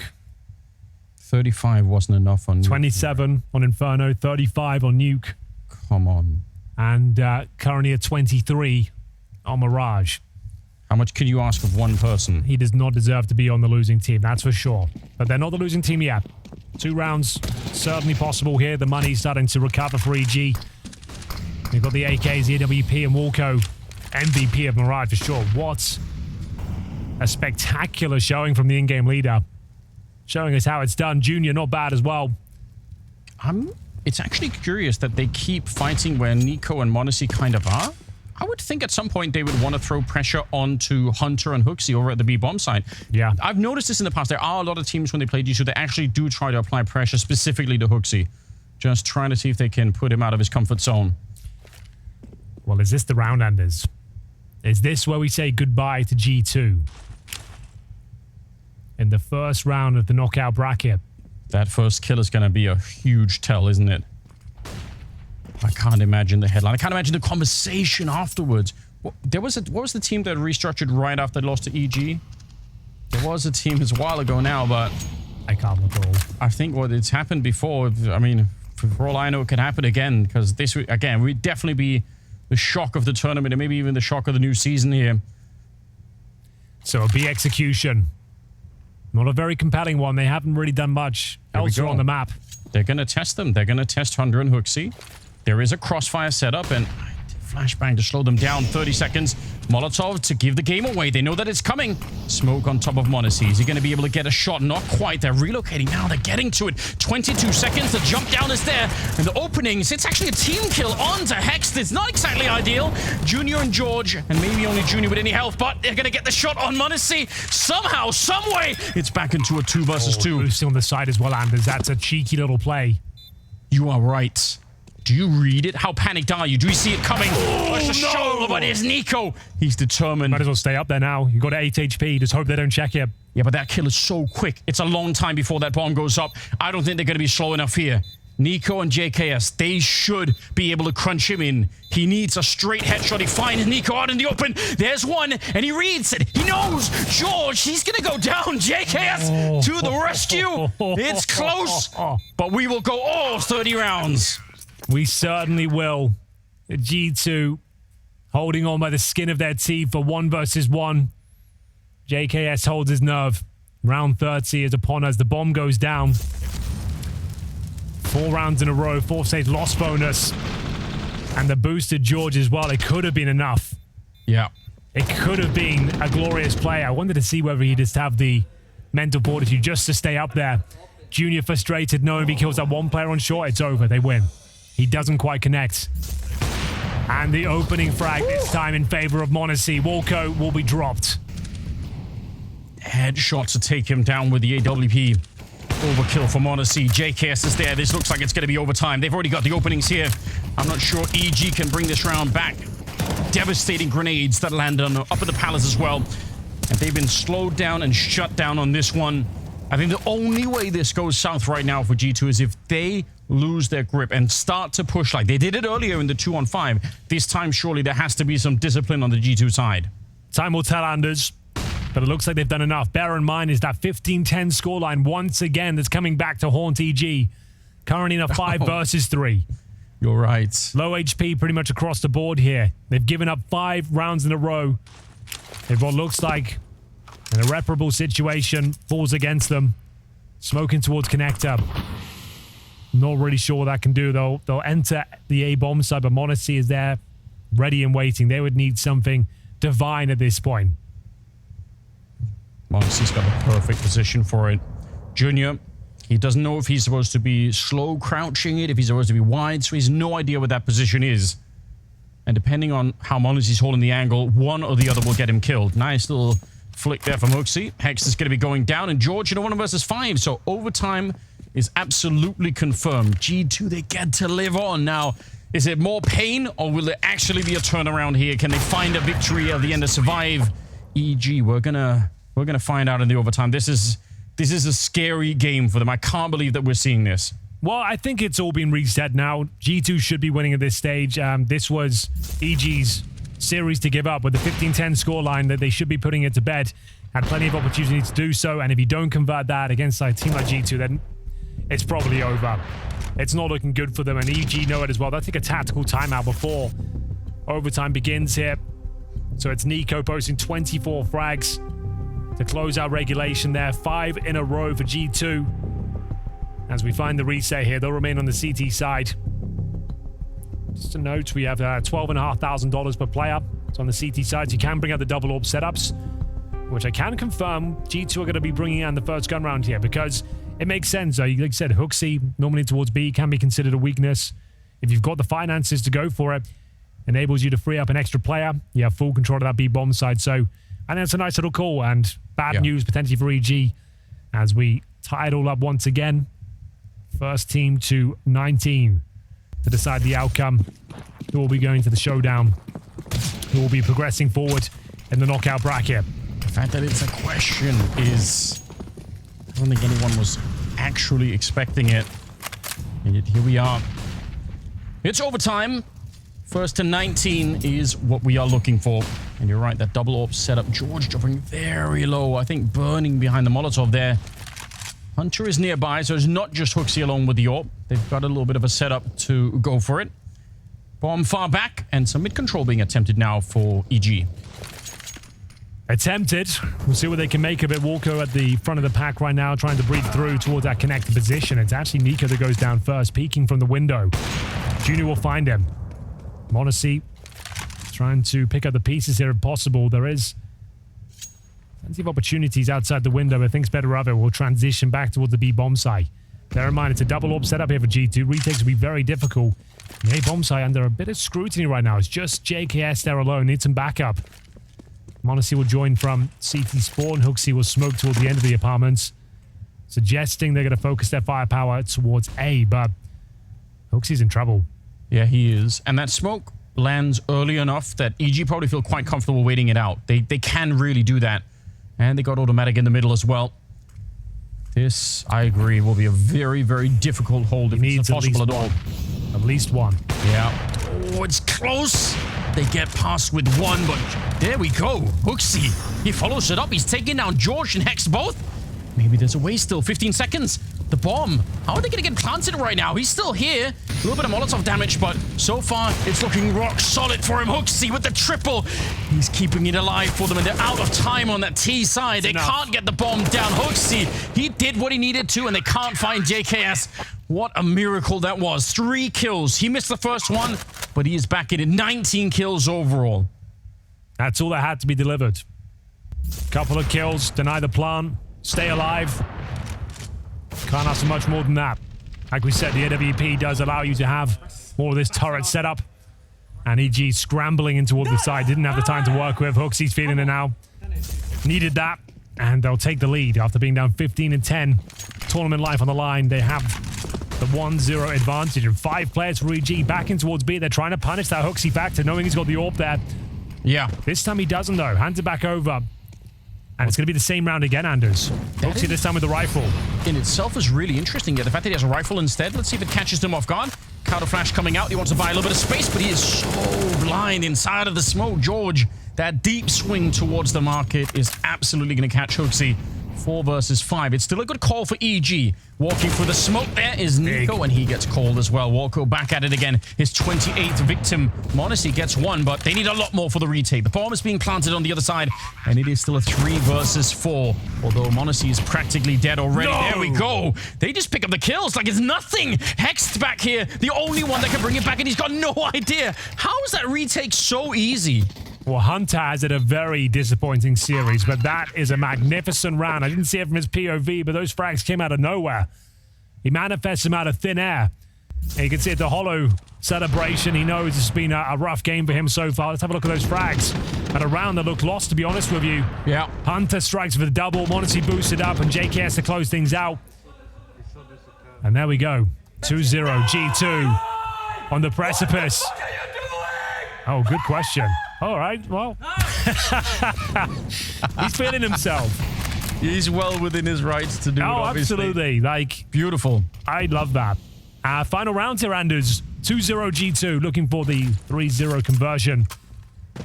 It was looking dark, it was looking bleak, but all they had to do was come out and win today. It doesn't really matter how close it was, to be honest with you. Someone's going to leave this stage heartbroken today because they both put so much into it. Hunter, like you said, not the best series for him, but a couple of great kills to open up this round with. m0NESY, he's back to hitting the shots as well. You said it as soon as we went into overtime that this is the reset and that G2 probably will win it from here on out. And they do look very reset all of a sudden. And that's a big problem. George and Junior trying to convert this 2 versus 5 into some sort of a miracle, but it feels very unlikely. I think George is 1 tap away from being dead. And there we go. 3 kills for Hunter. He's up to 18. Yeah. Again, he had 4 kills in the first half, Henry. It's a massive resurgence. Like, just when they needed him as well. Like we said, if you're not going to put a team like G2 to bed at 15-10, like, that's it. You're not going to win. Yeah. If you allow them to get to overtime, it's over. And we've seen that here. EG will be kicking themselves. This is the second time it's happened in this tournament. And unfortunately, the ramifications this time are a lot more significant. Knocked out. And maybe getting ahead of myself here because all of a sudden, Junior... He could have planted B. Not that he in any way could have known that. Obviously, we know that Hunter was an underpass. But this is a great transition in towards the A side. So we've got JKS tucked away on the bomb site. The problem is with 10 seconds, all he can really do is plan and hope for the best.